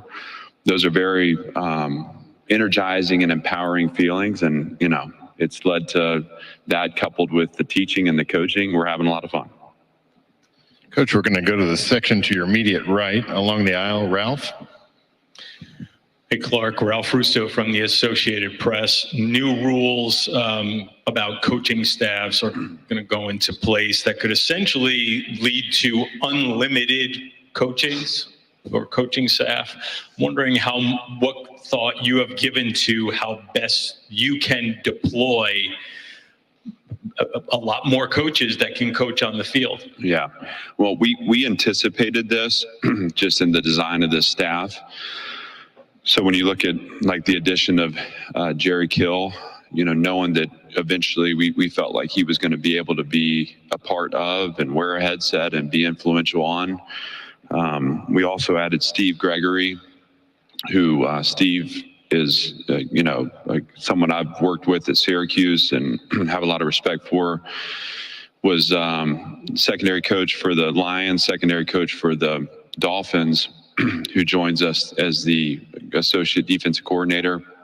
He's a guy that's going to really help me and support me as I take on two roles. But beyond that, we've also retained some of our young staff that are ready to move on and to, take over rooms elsewhere. But knowing that this was on the horizon, we wanted to keep them involved because we believe in them and their teaching ability, but also in the fact that they're totally aligned with the culture we built. And so retaining them and putting them in positions now to coach tight ends or coach stars and to be actively engaging in that way is a way for us to just strengthen our culture and strengthen our process. And so we anticipated it. I do believe that there's probably a negative return to too much. Obviously, like any situation, the more voices you have, the more opinions you have, the more important it is that as a leader that you hone in on what you want to do and you set a course for everybody. But certainly we feel we were positioned to take advantage of that rule, and we'll look to continue to do that moving forward. Coach, we'll go into the section in front of me, right ahead, but fourth row. Sean J. Roger from CBS Sports. Coach, what really drew you to that New Mexico State Brain Trust, and what do you kind of hope that they're able to bring to your program? Well, I've always wanted to go to Las Cruces, so I'm just kidding. I've always had a great respect for Jerry Kill. And as a young coach, competed against him, I think it was 2013 in the Texas Bowl. He was at Minnesota. I was at Syracuse. And just in watching his team play then, I remember just having such admiration for the style of play. Jerry's a guy who has such a reputation for program building. And again, the respect that people have for him in our profession goes beyond just the wins and losses. It's how he's done it, and that struck a chord with me as a young coach, and I've continued to follow him through my career. So I happened to cross paths with him in 2022 and actually finally had a chance to introduce myself and exchange contacts, and followed his progress at New Mexico State. And, the bowl game in year one was celebrating that for him from afar. Year two is one of the most impressive coaching jobs that I think our game has seen. I mean, they opened, it's a 10-win season. They opened with a loss against UMass. When you think about the competitive toughness it takes as a leader to continue to grow your team and believe in what you're doing after suffering a setback like that in game one. But my attention was really grabbed after they went to Auburn the week after we played them, and were able to steal a win on the road there. And, I probably watched that game 9 or 10 times start to finish the next week. When I say start to finish, the intercut where you go from play one to the final play and watch every phase and every snap. I wanted to see the anatomy of what he had built. I saw a defense that was sound, solid, and simple, played together and played hard. Saw an offense that was creative in design but wasn't gimmicky. I saw a quarterback that was a maniac and suplexed a linebacker on the sideline there early in the game, and one of his only mistakes where he threw an interception. It was impressive. And at the time, I thought we would just go and visit them in the off season and just kind of get a feel for what their process is like and what can we take from them, what can we learn from them. But when I made the decision to go in a different direction on offense, I knew I wanted to take a look at Tim, and all the analytical measures we were looking at, his numbers stood out, and we made the connection, and he's a great addition. The fact that Jerry comes is icing on the cake. I mean, I feel so privileged to have him as a part of our staff. I'm learning from him every day, and he's a great asset for us. Coach will go straight down the center aisle, just on the near aisle. Coach, Emily Grace McWhorter from the next round. You added a lot of depth from the transfer portal, and you also added depth in your staff. As you look back from spring practice until now as a unit, what are some indicators that your program is headed in the right direction for 2024? Well, we play a lot more football now than we ever have in the past. And so you kind of have a feel for how your team is performing in the systems and competing in the systems. And obviously, just like every other program, our kids wear GPSs on the field. And so we got measurables that tell us that we're moving in the right direction. But one of the things that I feel like is most impressive is the speed has increased, but so has the weight. And so, like, when you look at our edge players, average weight gain from January till now, an average addition of 16.4 pounds. I mean, that's impressive. You talk about the tight end group averaging 12 pounds, of weight gain. Safeties averaging 10 pounds of weight gain, so on and so forth. I can go down the list. What you realize is we're becoming a faster team, we're becoming a bigger team. And so independent of just seeing performance in the systems and getting a little more exposures that way, we can see the physical development of our roster. And again, for us, especially early in on this build, we're not positioning our squad the best we can unless we're making those gains. I credit Robert Steiner with that. I credit his philosophy and his approach. Our players will do the same today when you ask them. He's been an absolute rock star for us, and I'm glad to have him. Coach will go in the section in front of me about midway back. Clark, Chris Hummer with 24/7 Sports. You promoted Jamal Richardson earlier this offseason. What did you see in such a young coach to feel comfortable putting him on the field? Are you friends with Jamal? Okay, just kidding. Here's Jamal Richardson. Passionate, high energy, positive every day. A young coach who knows how to hold people accountable. I was so impressed with his willingness to come to me at times and say, Coach, I don't understand what you meant when you said this, or Coach, I didn't really take that the right way. What was that about? Just to have those hard conversations, they came so natural to him. He holds the respect of our team. He holds the respect of that corner room. He's relatable to our players. So here's a guy, as I'm getting older and older, unfortunately, here's a guy that knows what that player experience is really like. And so, I've got so much faith and confidence in Jamal. I'm so excited to be helping him in his process for growth. But as a young coach, there's so many things that he does naturally and instinctively that serve as a great foundation. And so Jamal's a guy that is going to have a great run with us at Vanderbilt, but we're going to be talking about him and his career for a very long time. Coach, we'll go over here to my left on the very front row. Coach, good afternoon. Ken Capps from Football Writers of America.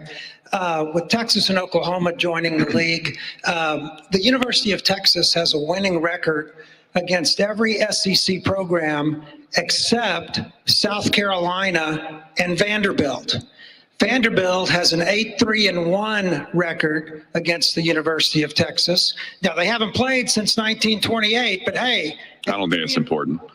8-3-1 is 8-3-1, and they're coming to Nashville in October. What are your thoughts? Well, independent of, the football that was played in the 20s, listen, I'm excited to I've got a ton of respect for Coach Sarkisian. He in 2020, we competed here in Dallas in the Rose Bowl. It was the pandemic year, and I was at Notre Dame at the time, and he was running the offense at Alabama, and it was one of the most challenging offenses I've ever had to plan for. Got a ton of respect for him and the program he's building, and it's taken time for him, and he's taken time at the foundation. And I think in year one here, where Texas and Oklahoma are now a part of the SEC, to have a piece of that and have a game with them is really exciting. And the fact that it's in Nashville, I'm proud of that, and I'm looking forward to competing with them. And I think it'll be a great, celebration of where the SEC is and a celebration of where our game's headed. Coach will go in the section in front of me over on the left aisle. Hey, Coach, Ian Boyd with Inside Texas. How do you expect the addition of helmet communications to change play calling, especially on the defensive side? Well, because in college offenses are no huddle and most of them use tempo, I think we're still going to need to utilize signals from the sideline. I think it's going to be advantageous for us to have a line of communication to a player on the field. Certainly believe that can be used in a positive way. And maybe there are occasions against certain offenses where you have the time to group that defense together. I mean, we haven't used to be, this is probably 10 years ago, maybe even 15, you'd start fall camp going through your defensive huddle. That doesn't happen anymore. So I don't expect there to be big changes that way. I do expect the line of communication to be helpful. And maybe in certain situations, you have a chance for a linebacker or safety to get the group together and to deliver a message from the sideline. Hey, Coach, we'll go over here on my far left on the aisle. Do we have a question over right there on the aisle? Clark, Lawrence Holmes, 670 The Score. With the league continuing to expand, it gets tougher and tougher. What type of player works at Vanderbilt, and what's the sell? How easy or how difficult is it for you to ask young men to come and play in this conference? Well, the type of player that works at Vanderbilt is the same type of player that works at any of our peer institutions. We want to be competitive for every player because we believe in the product that we sell. And I think in the NIL world, some of the long-term significance of this choice has been undercut. I do believe that. And I think we have to adapt our recruiting approach and our thought process, again, to capture the short-term strategy that I mentioned earlier and not just the long-term approach. The great thing about choosing Vanderbilt is that decision gets better over time. In 20 years, 30 years, you'll be as proud of that decision as you are when you're a 17 or 18-year-old. But the SEC is a great draw. It's probably, I would imagine for my peers too, the number one aspect of choosing a school to play in a great conference where you're playing against the very best. It's a great interview for the job that all these guys want and they should want, and that's to play in the NFL. That's something we believe wholeheartedly in. I actually don't believe in backup plans that way. I want these guys to pursue an NFL career every day of their lives. I just happen to believe that better people make better players, and that how you do anything is how you do everything. And that the time and attention you put going to class on our campus and living with your life with standards in everything will make you a better pro. And when we send players off to the NFL, and that is going to happen, I know we've had a little bit of a slide that way, but we have been developing young people in our systems, and with our work in the transfer portal, we are going to send people to the NFL that are prepared to be pros. And though your talent may get you the opportunity, it won't keep you there. You've got to be a productive player. And to be a productive player at that level, you better have routines and process in place and a discipline in place, because it is a grinder. And that may get you to a second contract. And it's going to be your ability to be a leader and to engage with the community, and to, as your physical skills deplete, to continue to add value to an organization. That'll get you your third. What better place to train for that than Vanderbilt University? And so with respect to recruiting, listen, we are going to get stronger and stronger as we continue to adapt and adopt strategies that mirror our peers in the portal and NIL space. We have a great product to sell in the best league in the world. And so we expect to continue to field a team of players that look like the players that we play against every Saturday. And we're part of the way there now. We still got a ways to go. But I am really proud of the progress we've made that way. And I'm excited about continuing this growth internally.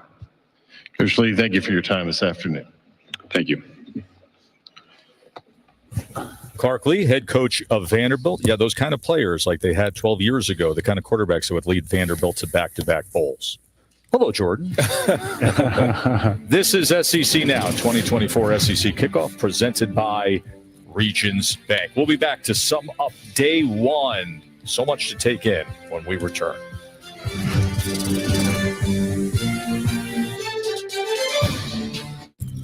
At Regions, we believe everyone can be good with money. Like Regina, a Regions Green Print plan is giving her a path to be good with money and open new doors. Or the Coopers, facing competing financial demands. Our guidance is helping them find balance and feel good with money. And for Kyle, adopting better spending habits is letting him adopt Maggie so he can do good with money. You can be good with money too and get on your way to financial confidence. Let Regions show you the way. Roll that beautiful bean footage. 0. Zilch. Nada. Pumpkiss. The old goose egg. Bush's zero sugar added baked beans. Our secret family recipe now with 0 added sugar. 0. You already said that, Manning. It's so easy to get your windshield replaced using SafeLight. Tell the people why you haven't done it already, my man. It started off as a chip and grew into a crack, and it just keeps going. So what do we do now? I went ahead and scheduled an appointment online at safelight.com. Told them to meet us here at the beach. Let's get started.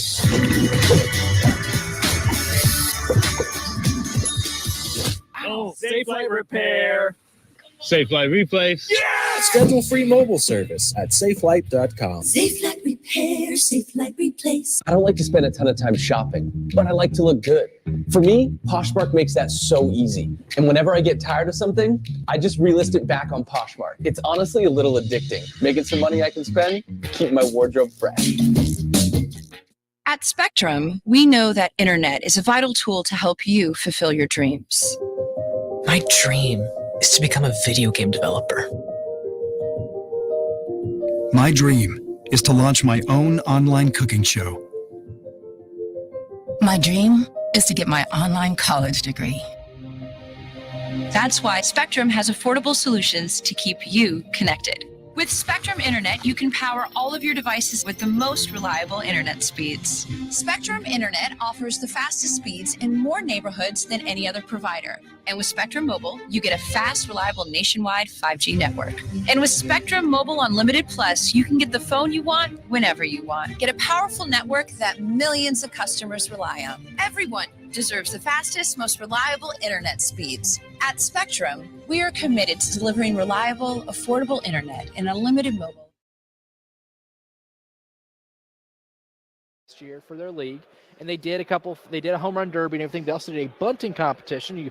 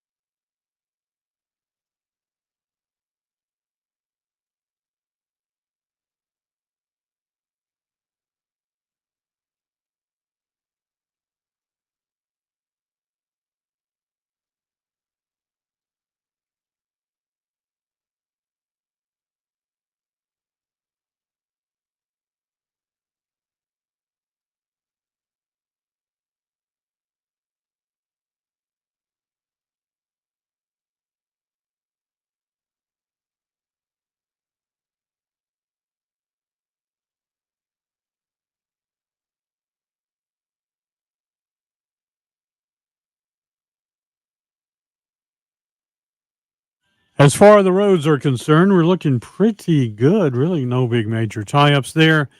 Heat, though, that is another story altogether. 101 for your high today, 108 degrees for your heat index. Also, increasing chance of thunderstorms. Already had a few this afternoon out in Calhoun and Orangeburg County, but the increasing all the way up and all the way through next Wednesday. A good chance, at least a 50% chance of those afternoon thunderstorms. Maybe they'll cool things down, maybe not, because it's going to be hot all the way. It's Captain Dave, WIS-TV Traffic Center.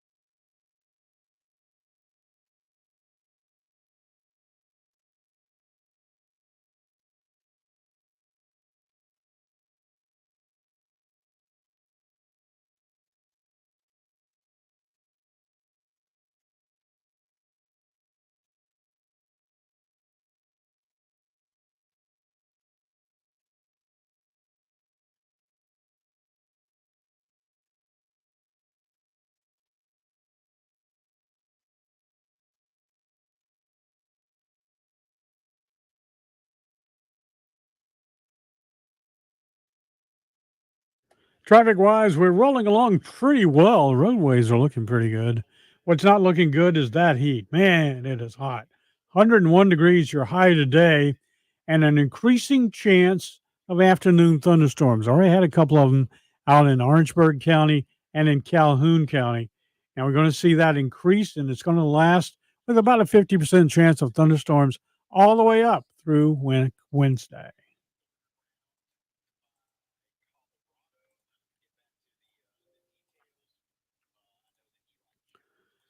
On the roadways this morning, it's not this morning.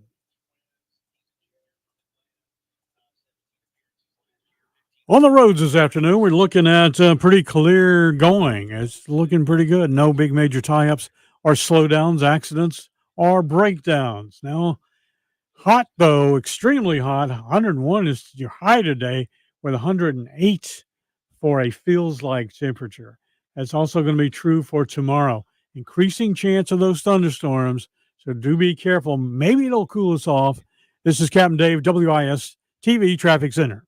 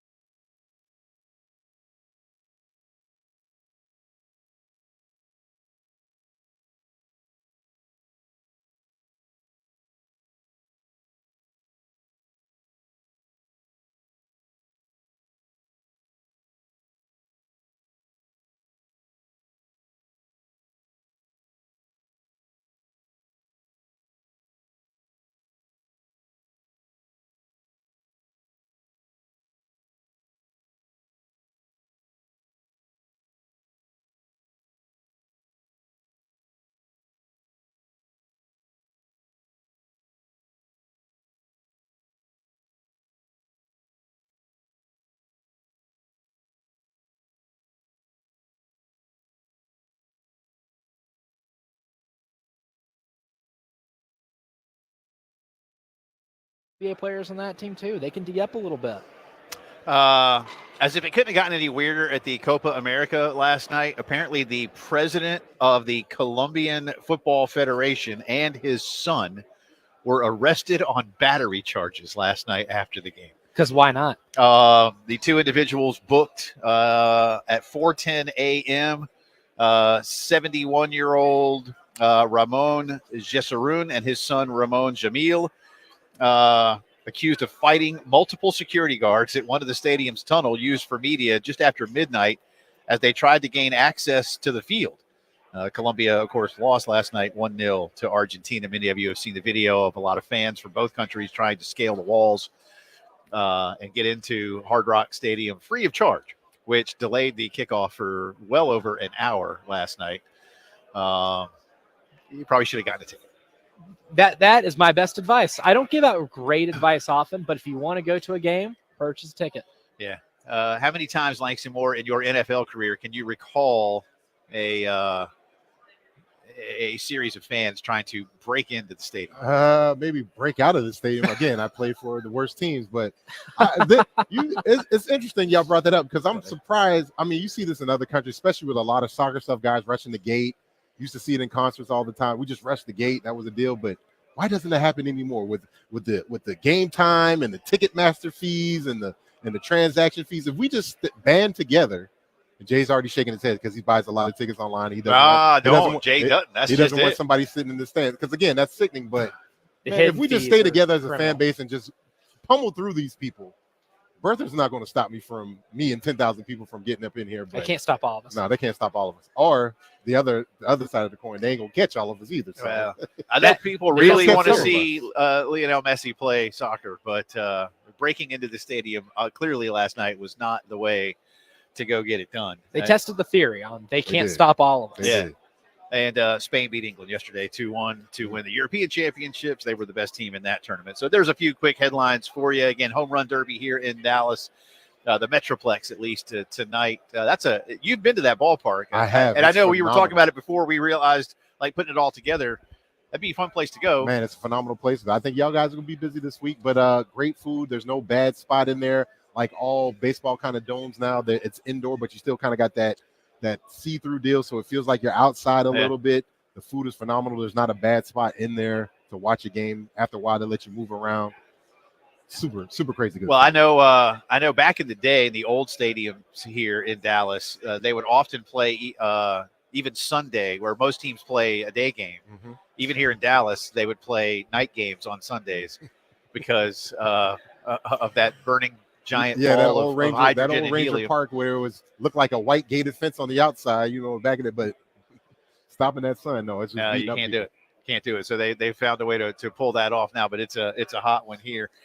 Shane Beamer went today for a long time in the big room as he explained what he wants to see from his South Carolina Gamecocks and said, Langston, again, we made some analogies for those who have just tuned in to our coverage today. Talking with you about the 99 season that y'all went through in Lou Holtz's first year and what you learned about yourselves in close games. You didn't win one of them, but you got close. And last year, Carolina was, at 2-6, but then they managed to win 3 straight and didn't let Clemson score an offensive touchdown. Remember, it was that early Clemson score after a turnover that Carolina otherwise held them to field goals. They learned a lot about themselves, but if you're a fan, you're hoping something similar is what begins to emerge maybe between the ears to put it together on the field for Carolina, that you're good enough. You got to find that 1, 2, 3 plays a game that make the difference for you relative to, like, say, the Florida game, which was sort of the microcosm of the season. Yeah, I mean, having a win, having a 10-point lead and being so close to getting a win against the SEC foe, we don't usually get as many wins and we can't stack up enough. I don't care if they're up, down, just put that on the win side column for us. But listening to Coach Beamer and kind of reading between the lines, if I was a player in that room and not, just coming into there, that seems like that was the message all off season, like just the little things, man. If you just do what I tell you to do, you'll be successful. As Will Smith told his son, man, I can make you a millionaire if you just listen to me and do some certain things. Same way with this football team, a little play here or there, because you hear it on the football field, man, that's going to get us beat. And you're like, Coach, I got it. Coach, I'm fast. Did you not just see I got a 6, whatever. But no, those other guys have that too. And that's where talent kind of negates talent because it's two kind of forces. Now it's about who's executing a little bit better, who's being on the details, who's kind of seeing these little things, putting themselves in a position to not get on one-on-one coverage. So again, I think like me and Elijah were talking about earlier, the ceiling is now the floor because we did make those adjustments. We got some turnovers. We held teams to no offensive touchdowns. We really got really staunch, but let's get that message sooner than later. And obviously that's the message hopefully they carried out throughout the whole year. The details, the devil's in the details, but also the wins are in the details too. Yeah, the margins are just so thin now too in this league with adding Texas and Oklahoma. And there are a lot of teams, like if you want to start tearing them off in the conference, Georgia and Texas kind of feel like they're a little bit ahead. Texas in the college football playoff last year bring a lot of dudes back.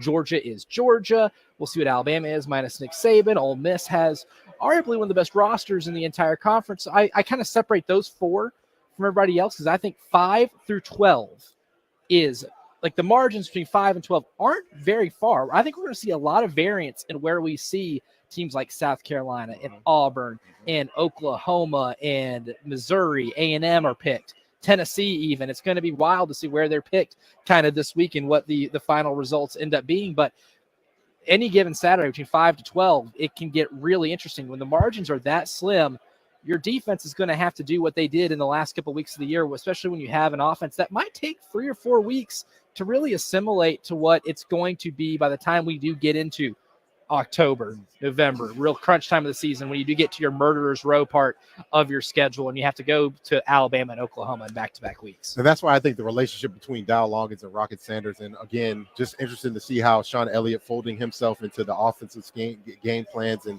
just some of that. Like, that's where we're going to have to, hang our hat on those things because, again, we win by stopping the run and running the football. Best friend for a quarterback, especially a young quarterback, just still trying to get some confidence, get some wag, is that running game. So, again, hopefully, unlike other conferences and other teams that have players coming in from other conferences and different things, there is that familiarity from Rocket Sanders. The biggest thing is injury, keeping people healthy, and I think that's going to be the biggest separator when you're talking about that 5 through 12. Can the guys get hot when they need to get hot? Can they maintain that hotness? Can we avoid the injury bugs, burn sage, do whatever it is we need to do, drink pickle juice? But some of those things you just can't control. Sometimes you're just unlucky. But for us, hopefully that was last year for us.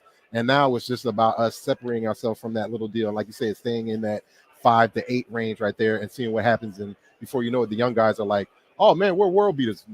Behind closed doors, the old guys are like, wait a little minute, young man. But, don't tell them that till that bubble kind of gets burst. Let them keep flying high till they realize, man, we're not supposed to be this high. And that's one thing, too, when we're talking about like these margins being really thin, and we talked about the close losses they had last year. Shane made sure he went through every single close loss, every single bad bounce they had.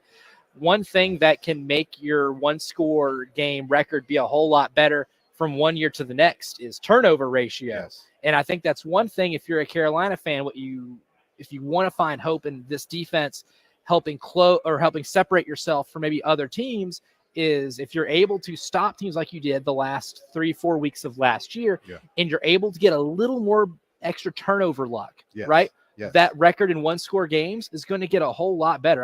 One of my favorite examples as a New Orleans Saints fan, the 2009 New Orleans Saints still gave up a lot of yards. They out of a 4-year stretch, they went 7-9, and 3 of them won a Super Bowl and won. But because in 2009 they had a turnover differential that was far ahead of anybody in the league, and that could be something that makes this defense go from good to great and maybe take some of that pressure off the offense. Turnovers. Again, how many bites at the apple can we give Lenore Sellers? If we can get in there and average, 2.5, which means that's 3, let's do that. The problem with us last year was like we get the turnovers and Spencer, you gave it right back. But again, you live and die with that because that's what Spencer is. What I would like to see from us, because we do a lot of good job, tips and overthrows, I want to see more separate man from the ball. Because again, we have enough guys, and there's no knock on tackling and different things, but the more we can do that, and we start to put those things on film, that's when you start to get those running backs looking like, and running backs are like DBs and certain. Once you kind of put certain ideas in the head, they can be one or two ways. Either they can really like latch on, or they can kind of get like weary about those things, and the fumble either starts to come around. So I want to see a little bit more separate man from ball, but that's just the attitude thing, man. Jay Phillips, Elijah Campbell, Langston Moore hanging out, Radio Row, Omni Hotel in Dallas. SEC Media Days is well underway now, and our coverage brought to you by some great folks back home, including the Anastapulo Law Firm, recovering millions for their clients for more than 30 years. Whether it's a slip and fall, a car accident, any other issues that have resulted from an accident, the Anastapulo Law Firm can help. Remember, don't scream. Call Akeem. 800-ALL-7s is the phone number. And by Daisy Miller and her team at Forest Lake Travel, the official travel agent of the Game Network. Whether it's a family vacation, road trip to see the Gamecocks take on whoever in the SEC, Forest Lake Travel can take care of the plans for you. 803-738-1520 and online forestlaketravel.com. More sound from Shane Beamer and the Gamecocks. Day one of Media Days continues from Dallas on the Postgame Show.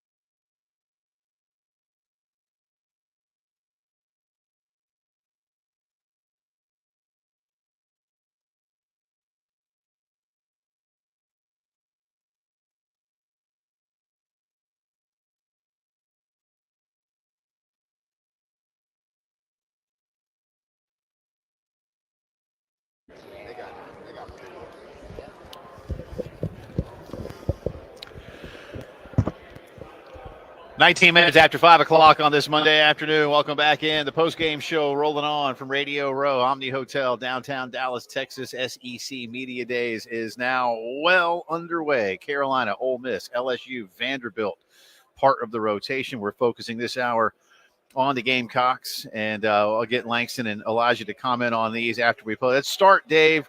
This is about a minute-long cut. Shane Beamer saying that part of the off-season theme may revolve around a little bit of hunger for his Gamecocks.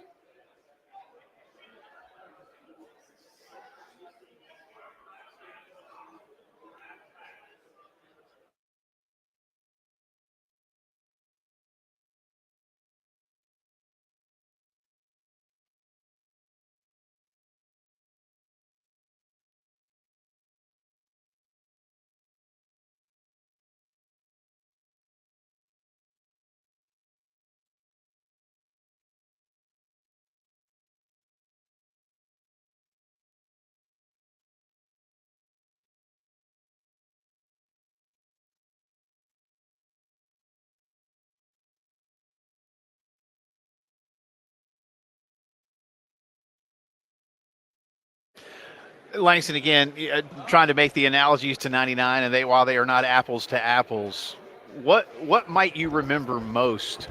And I know that Lou might have been a different kind of motivator, right, than Shane is, but the desire to win is in every competitor, right. But what do you remember most, perhaps, about that mental approach January, February, March of 2000 after the over season? It felt like the games were a lot closer than it was 9 months away. Meaning, like, and again, it just sounds really trite and just, of course, you're taking it serious, but like a lot of times you're like, what is this? You know, Jay, why are we doing this?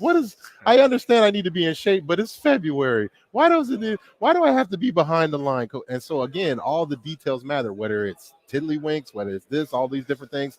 And I laughed when you were talking about some similarities, but I think, the difference was they got some wins that last year, and it wasn't as bad as 0-11. But the point is, you want to take, you want to have that good mixture of film of, man, this is what we did really well, and this was the result we had, and this is what we did bad, and this is the result we had. And again, there's just something about this. We talked about great coaches earlier on with Terry. That's something that Rod Marinelli did all the time. He would put a slice up of your favorite player, maybe it was Sapp, then he would show you doing a move just like that, then he would show somebody else doing it, and he would just constantly put that. And I think this is what Shane Beamer has been trying to do, and I'm sure, like I said, that sounds like the message and what they've been doing the whole offseason, putting the emphasis on these things, because again, a lot of that stuff can get lost in, we're getting ready to go into Memorial Day weekend, let's this is July 4th, let's just guys get home. No, let's understand what's going on. Let's not lose this day. Let's not lose a day, because again, the more we can stack these things up, also, it's a way as a player to kind of control the uncontrollable, because time is going to be time. It's going to run how it's going to run. But in the effort, and that was kind of the deal that Lou Holtz used to talk about all the time, was like, that was the cycle for us that first 0-11 year, because we would come so close to winning on Saturday night, still be just full of energy and all those things on Sunday. We'd have practice on Monday, and Monday and Tuesday would be us beating up on each other like that. And so, again, you can't do that all offseason. I can't beat you up with the weights this whole entire time. But the mental part of it and understanding how important these things are, not cutting the corner, all the little trite stuff that you see on a Friday Night Lights promo, don't stop a yard before the line. But it all matters, because when it comes down to not giving up a third and whatever against Florida or whatever it is, that's the difference right there. And I think that's the big similarity right there, because we had some success. We had previous success the previous years. The bowl game showed that stuff. And he probably went back and was like, man, we could have been 10 wins here. All that is not just coach speak. It's one of those things. If you just do what I tell you and we do it right and play with a lot of energy, enthusiasm, and effort, it's going to take care of itself. Yeah, of course, and we haven't even talked about talent yet. Right. That's the thing. Absolutely. Yeah. That's the thing. A lot of what goes on around here is what the assembled media thinks of these now 16 schools of the SEC when it comes to football. And I'll stay with the theme of 99 to 2000 after we hear from Shane here on what he's already looking at realistically in terms of maybe media prognostication. Here's what Shane had to say.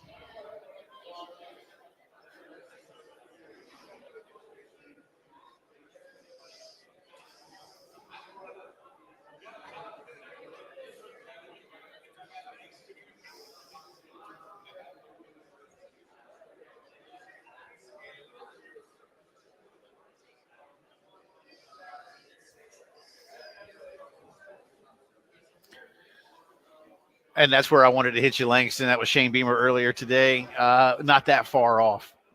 When y'all beat New Mexico State to start the season, look, it was New Mexico State, but it also snapped 21.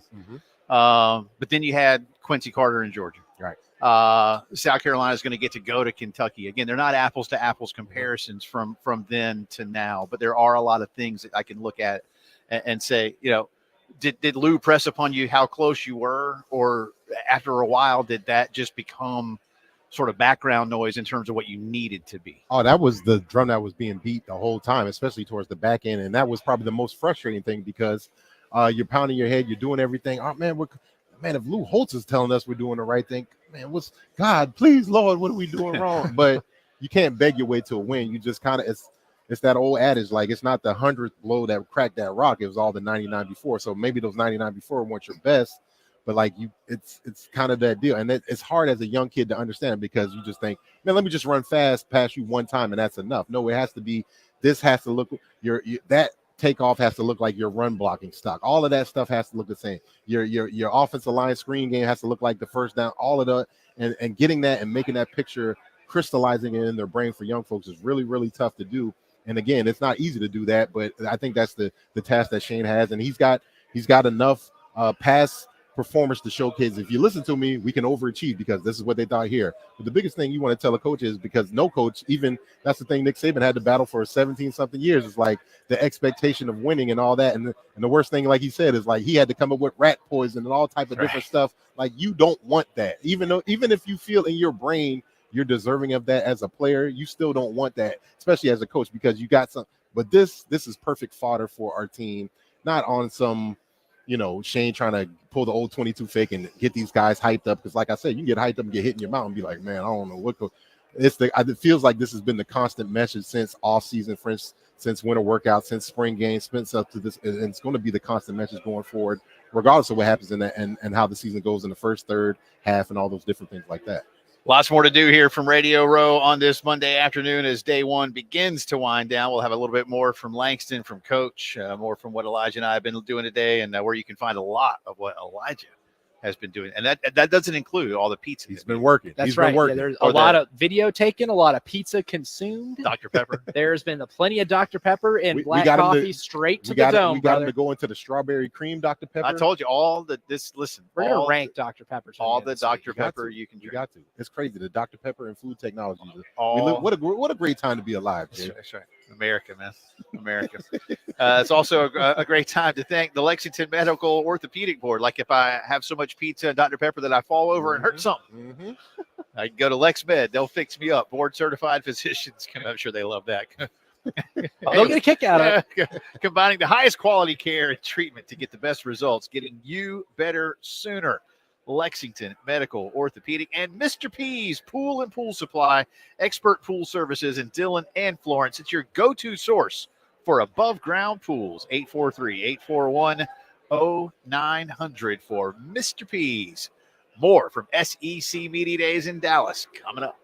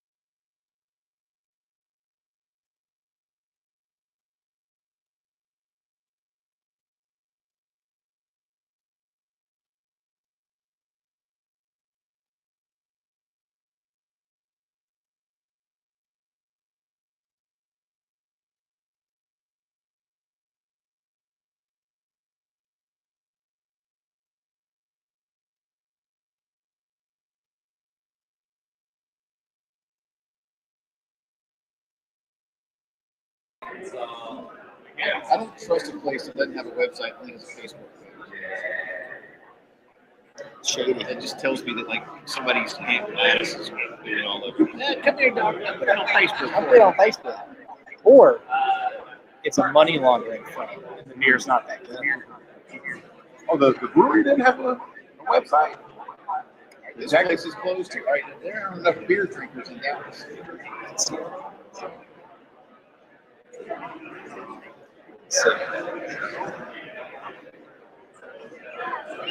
We Wolfgang. Used to be a Wolfgang Cup right here. That's who we played. If these places aren't open, they shouldn't be on the damn beer. Yeah, that's been going down for New Year's. We used to try to go up there for New Year's Eve. It was at the top of the ball. Texas Spice.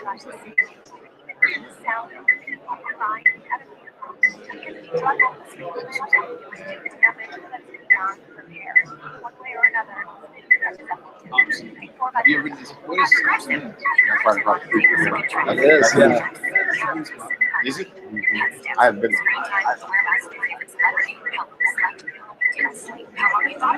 Really intrigued. Oh, that's part of this hotel. At a restaurant right out Okay, see, I figured it was just like right across the street.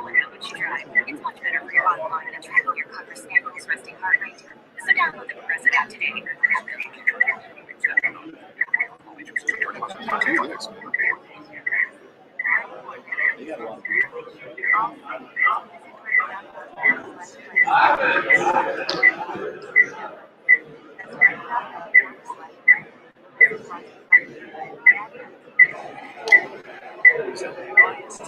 Hey, what is that sound?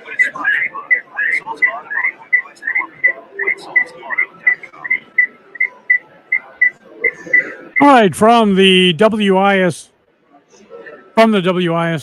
Traffic Center at the moment, we are looking pretty good on the road still.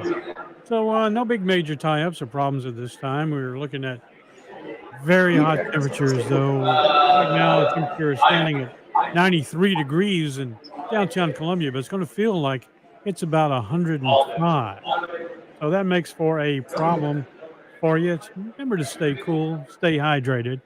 This is Captain Dave, WISTV Traffic Center.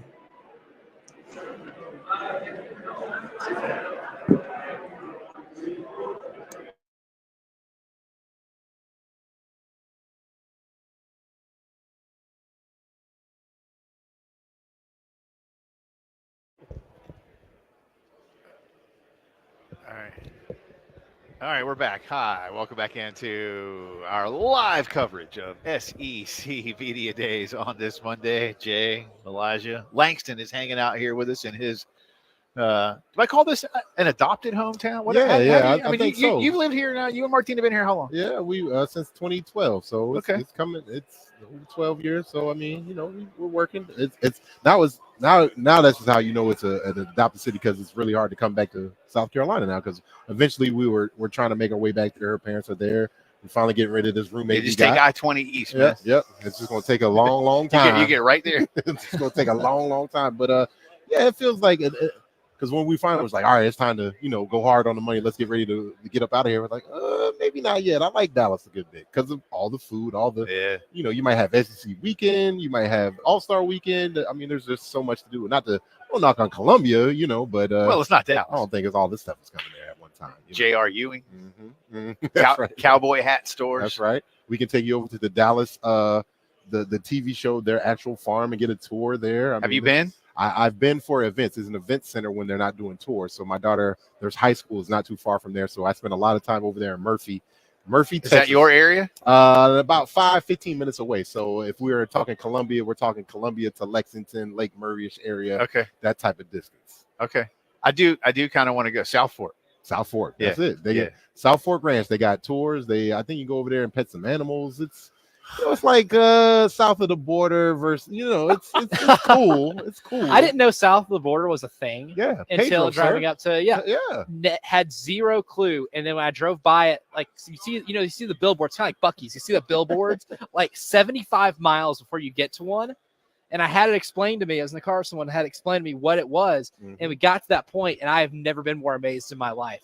I just never You was had to go in surprised. there, right? You had to. Didn't stop, but You I didn't really stop. wanted to. At It- that point, I was willing. We were on like a time constraint, but I was like, I'm willing to be late to this in order to stop because I am so curious. It is curiosity again. How does the mouse, and I grew up in Williamsburg County, which again is close enough to Myrtle Beach, which again gets you close to south of the border. You know, Buc-ee's knew what they were doing when they figured that out. But for me in South Carolina, south of the border was there first. Pedro was there first. I want to see the Buc-ee versus Pedro cage match.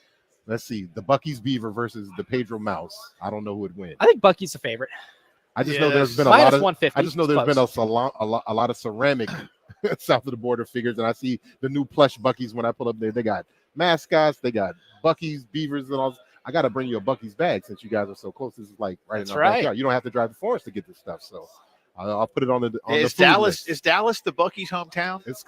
I know it's Texas. They're in and around. I don't know if necessarily it's all from the Dallas area, but there's enough around here. We should rent a car just so we can go to like different Buc-ee's in Texas, just to say to say that we've been to the Buckiest of Buc-ee's to ever existed. We can find the oldest Buc-ee's. We can out Buc-ee any Buc-ee's goers in Florence, South Carolina. I think the newest Buc-ee's is going to be opening in Anderson County, South Carolina. If it's not already open, if it is, y'all let me know. But I know it was coming, so that'll be 2.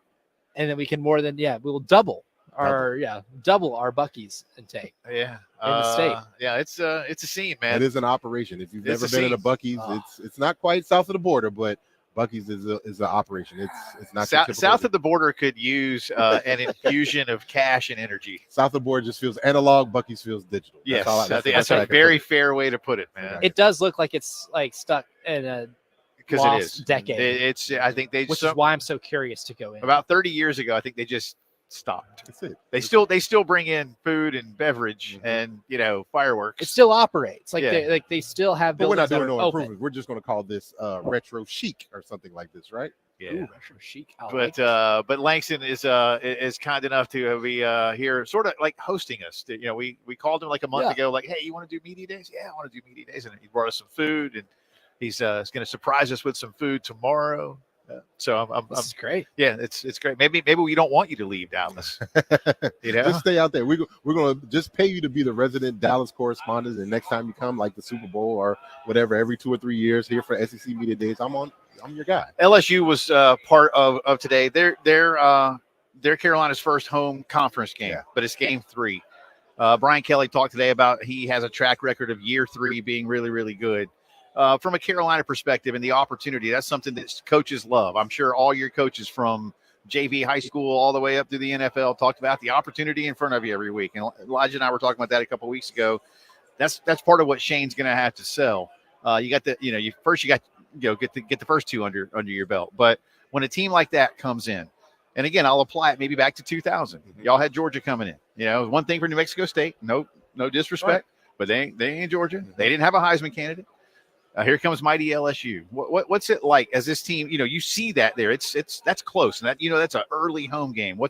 How do you build on that? Like you said, you make it really very important by making sure you take care of that first 3 or 4 games before you get into that part, because it's been a really long time since we beat LSU, beat them at home. We had that opportunity. I think it was in 15, the flood year, to play them. Then we had to move the game down there. We got some kick. I think that's the last time we got no. We had Debo after that. We had a nice big kick return in Death Valley. So, like you said, we've been close, but we got to get the wins against these type of teams. And so there's no better time to do it against a program like LSU when they lose their Heisman Trophy winner. They lose those 2 dynamic, phenomenal wide receivers. Get those guys out of there. Doesn't mean that the cupboard is bare. They probably got another Jefferson coming. I mean, we know the talent down at LSU is going to be sick, but also there was a lot of, as great as the offense was, the defense was very, very porous and completely got rid of that entire defensive staff, stole away a guy from Missouri to come down there and do a whole bunch of these for $2.5 million. Yeah, so again, I mean, there's no end to this wallet to make sure we get the right guys in here, because like Brian Kelly feels, man, if I get enough of these athletes in here, which I already got, I get enough stops in here and let me work my offense, because they've shown to be Brian Kelly coming here and put up numbers, not just with anybody, but Jaden Daniels with the transfers. And so Neusmeyer did a really great job with the bowl game. He put up a whole bunch of great yards, and they have continuity with their offensive coordinator, the new offensive coordinator that they named. So, it's a great opportunity for us. They're going to come in here into our hostile environment, but I'd much rather play this LSU team this year minus all of these, the NFL guys that are there. Because again, it's still early enough for us, on enough for us to get these guys. Maybe they don't know who we are. Maybe we find some things that'll work for us. Playing the home game at Williams-Brice Stadium, again, that would really go a long way. Could that be kind of the Georgia game in this season for like it was for us in the 99-2000 year that just kind of like catapulted us from there, and it took us off to beat Mississippi State, all of those different things, make those runs at Florida, all those different things. But that's what it feels like this LSU game can be set up in prime, but also understand Brian Kelly's going to have the team coach up and ready to go too. Especially if you are able to pull it off against Kentucky. Yes. Like you have that week 2 game, which can be going into LSU 2-0. Because I think they have a really good chance. I like how they match up against LSU. Because you mentioned, I like it, like you alluded to it. You get them early, and we know a little bit about Garrett Nussmeier because we did in the SEC championship game 2 years ago. We did in the artist formerly known as the Outback Bowl. It's always going to be the Outback Bowl to me, or Live Quest, whatever. It was the Outback Bowl, right? And he tore up Wisconsin. He was a pretty solid defense. We know he's solid, but that team has a lot of acclimating to do as well on the offensive side of the football, a lot like South Carolina does. Yeah. But one thing we know is South Carolina's defense, I think, is going to be a whole lot more reliable than LSU's. You get them early. If you get out of that test in Lexington, Kentucky, you can go into that game at 2-0. That could be a season-defining stretch right there where you're looking at the depths of your schedule a whole lot more enthusiastically than you would going into it at 1-2. 100%. And again, LSU is going to have a lot of great matchups when they come in with Perkins versus Pringle. If he's still, penciled in as the starter and all those different things. So it's going to be a great deal. But also talking about South Carolina and their mindset, like feeling like we're not too far away if we just did a play here or there. Well, the LSU team is one thing, but I think the LSU defense and their mindset might be another. And we won't know until this new defensive coordinator who rolls out. We know they're talented across the board. They'll probably have a DB that's going to be a guy we haven't heard of. He'll be a top 10 pick from Baton Rouge or whatever. Of course, we know Perkins, but like if we put a little bit of doubt in their mind, and especially we get some of the run game going, Rocket Sanders, and Lenoris is able to use his legs a little bit and possibly knock on wood, we've got that win, got that confidence. Those things can spiral out of control for an LSU team. And I don't think Brian Kelly's the guy who can put his arms around and get that corralled back in, especially before he gets to us. So I'm all for that part of us, and hopefully that's how we kind of put the pressure on them to try to get a victory against this LSU team we haven't gotten in a really long time. We'll wrap up day one of Media Days. Look ahead to day two. Let you know where you can find a lot more of the content that we've been providing for you here coming up. And don't forget Lawyer Lisa, one of the great sponsors of our coverage out here, offering estate planning, elder care, and probate. They spend their days and nights worrying about your future, so you don't have to. Go to lawyerlisa.com. And Ziegler Kart Sales, providing top-notch golf cart sales and service for more than 20 years. 843-621-5016. Back to Dallas on the postgame show.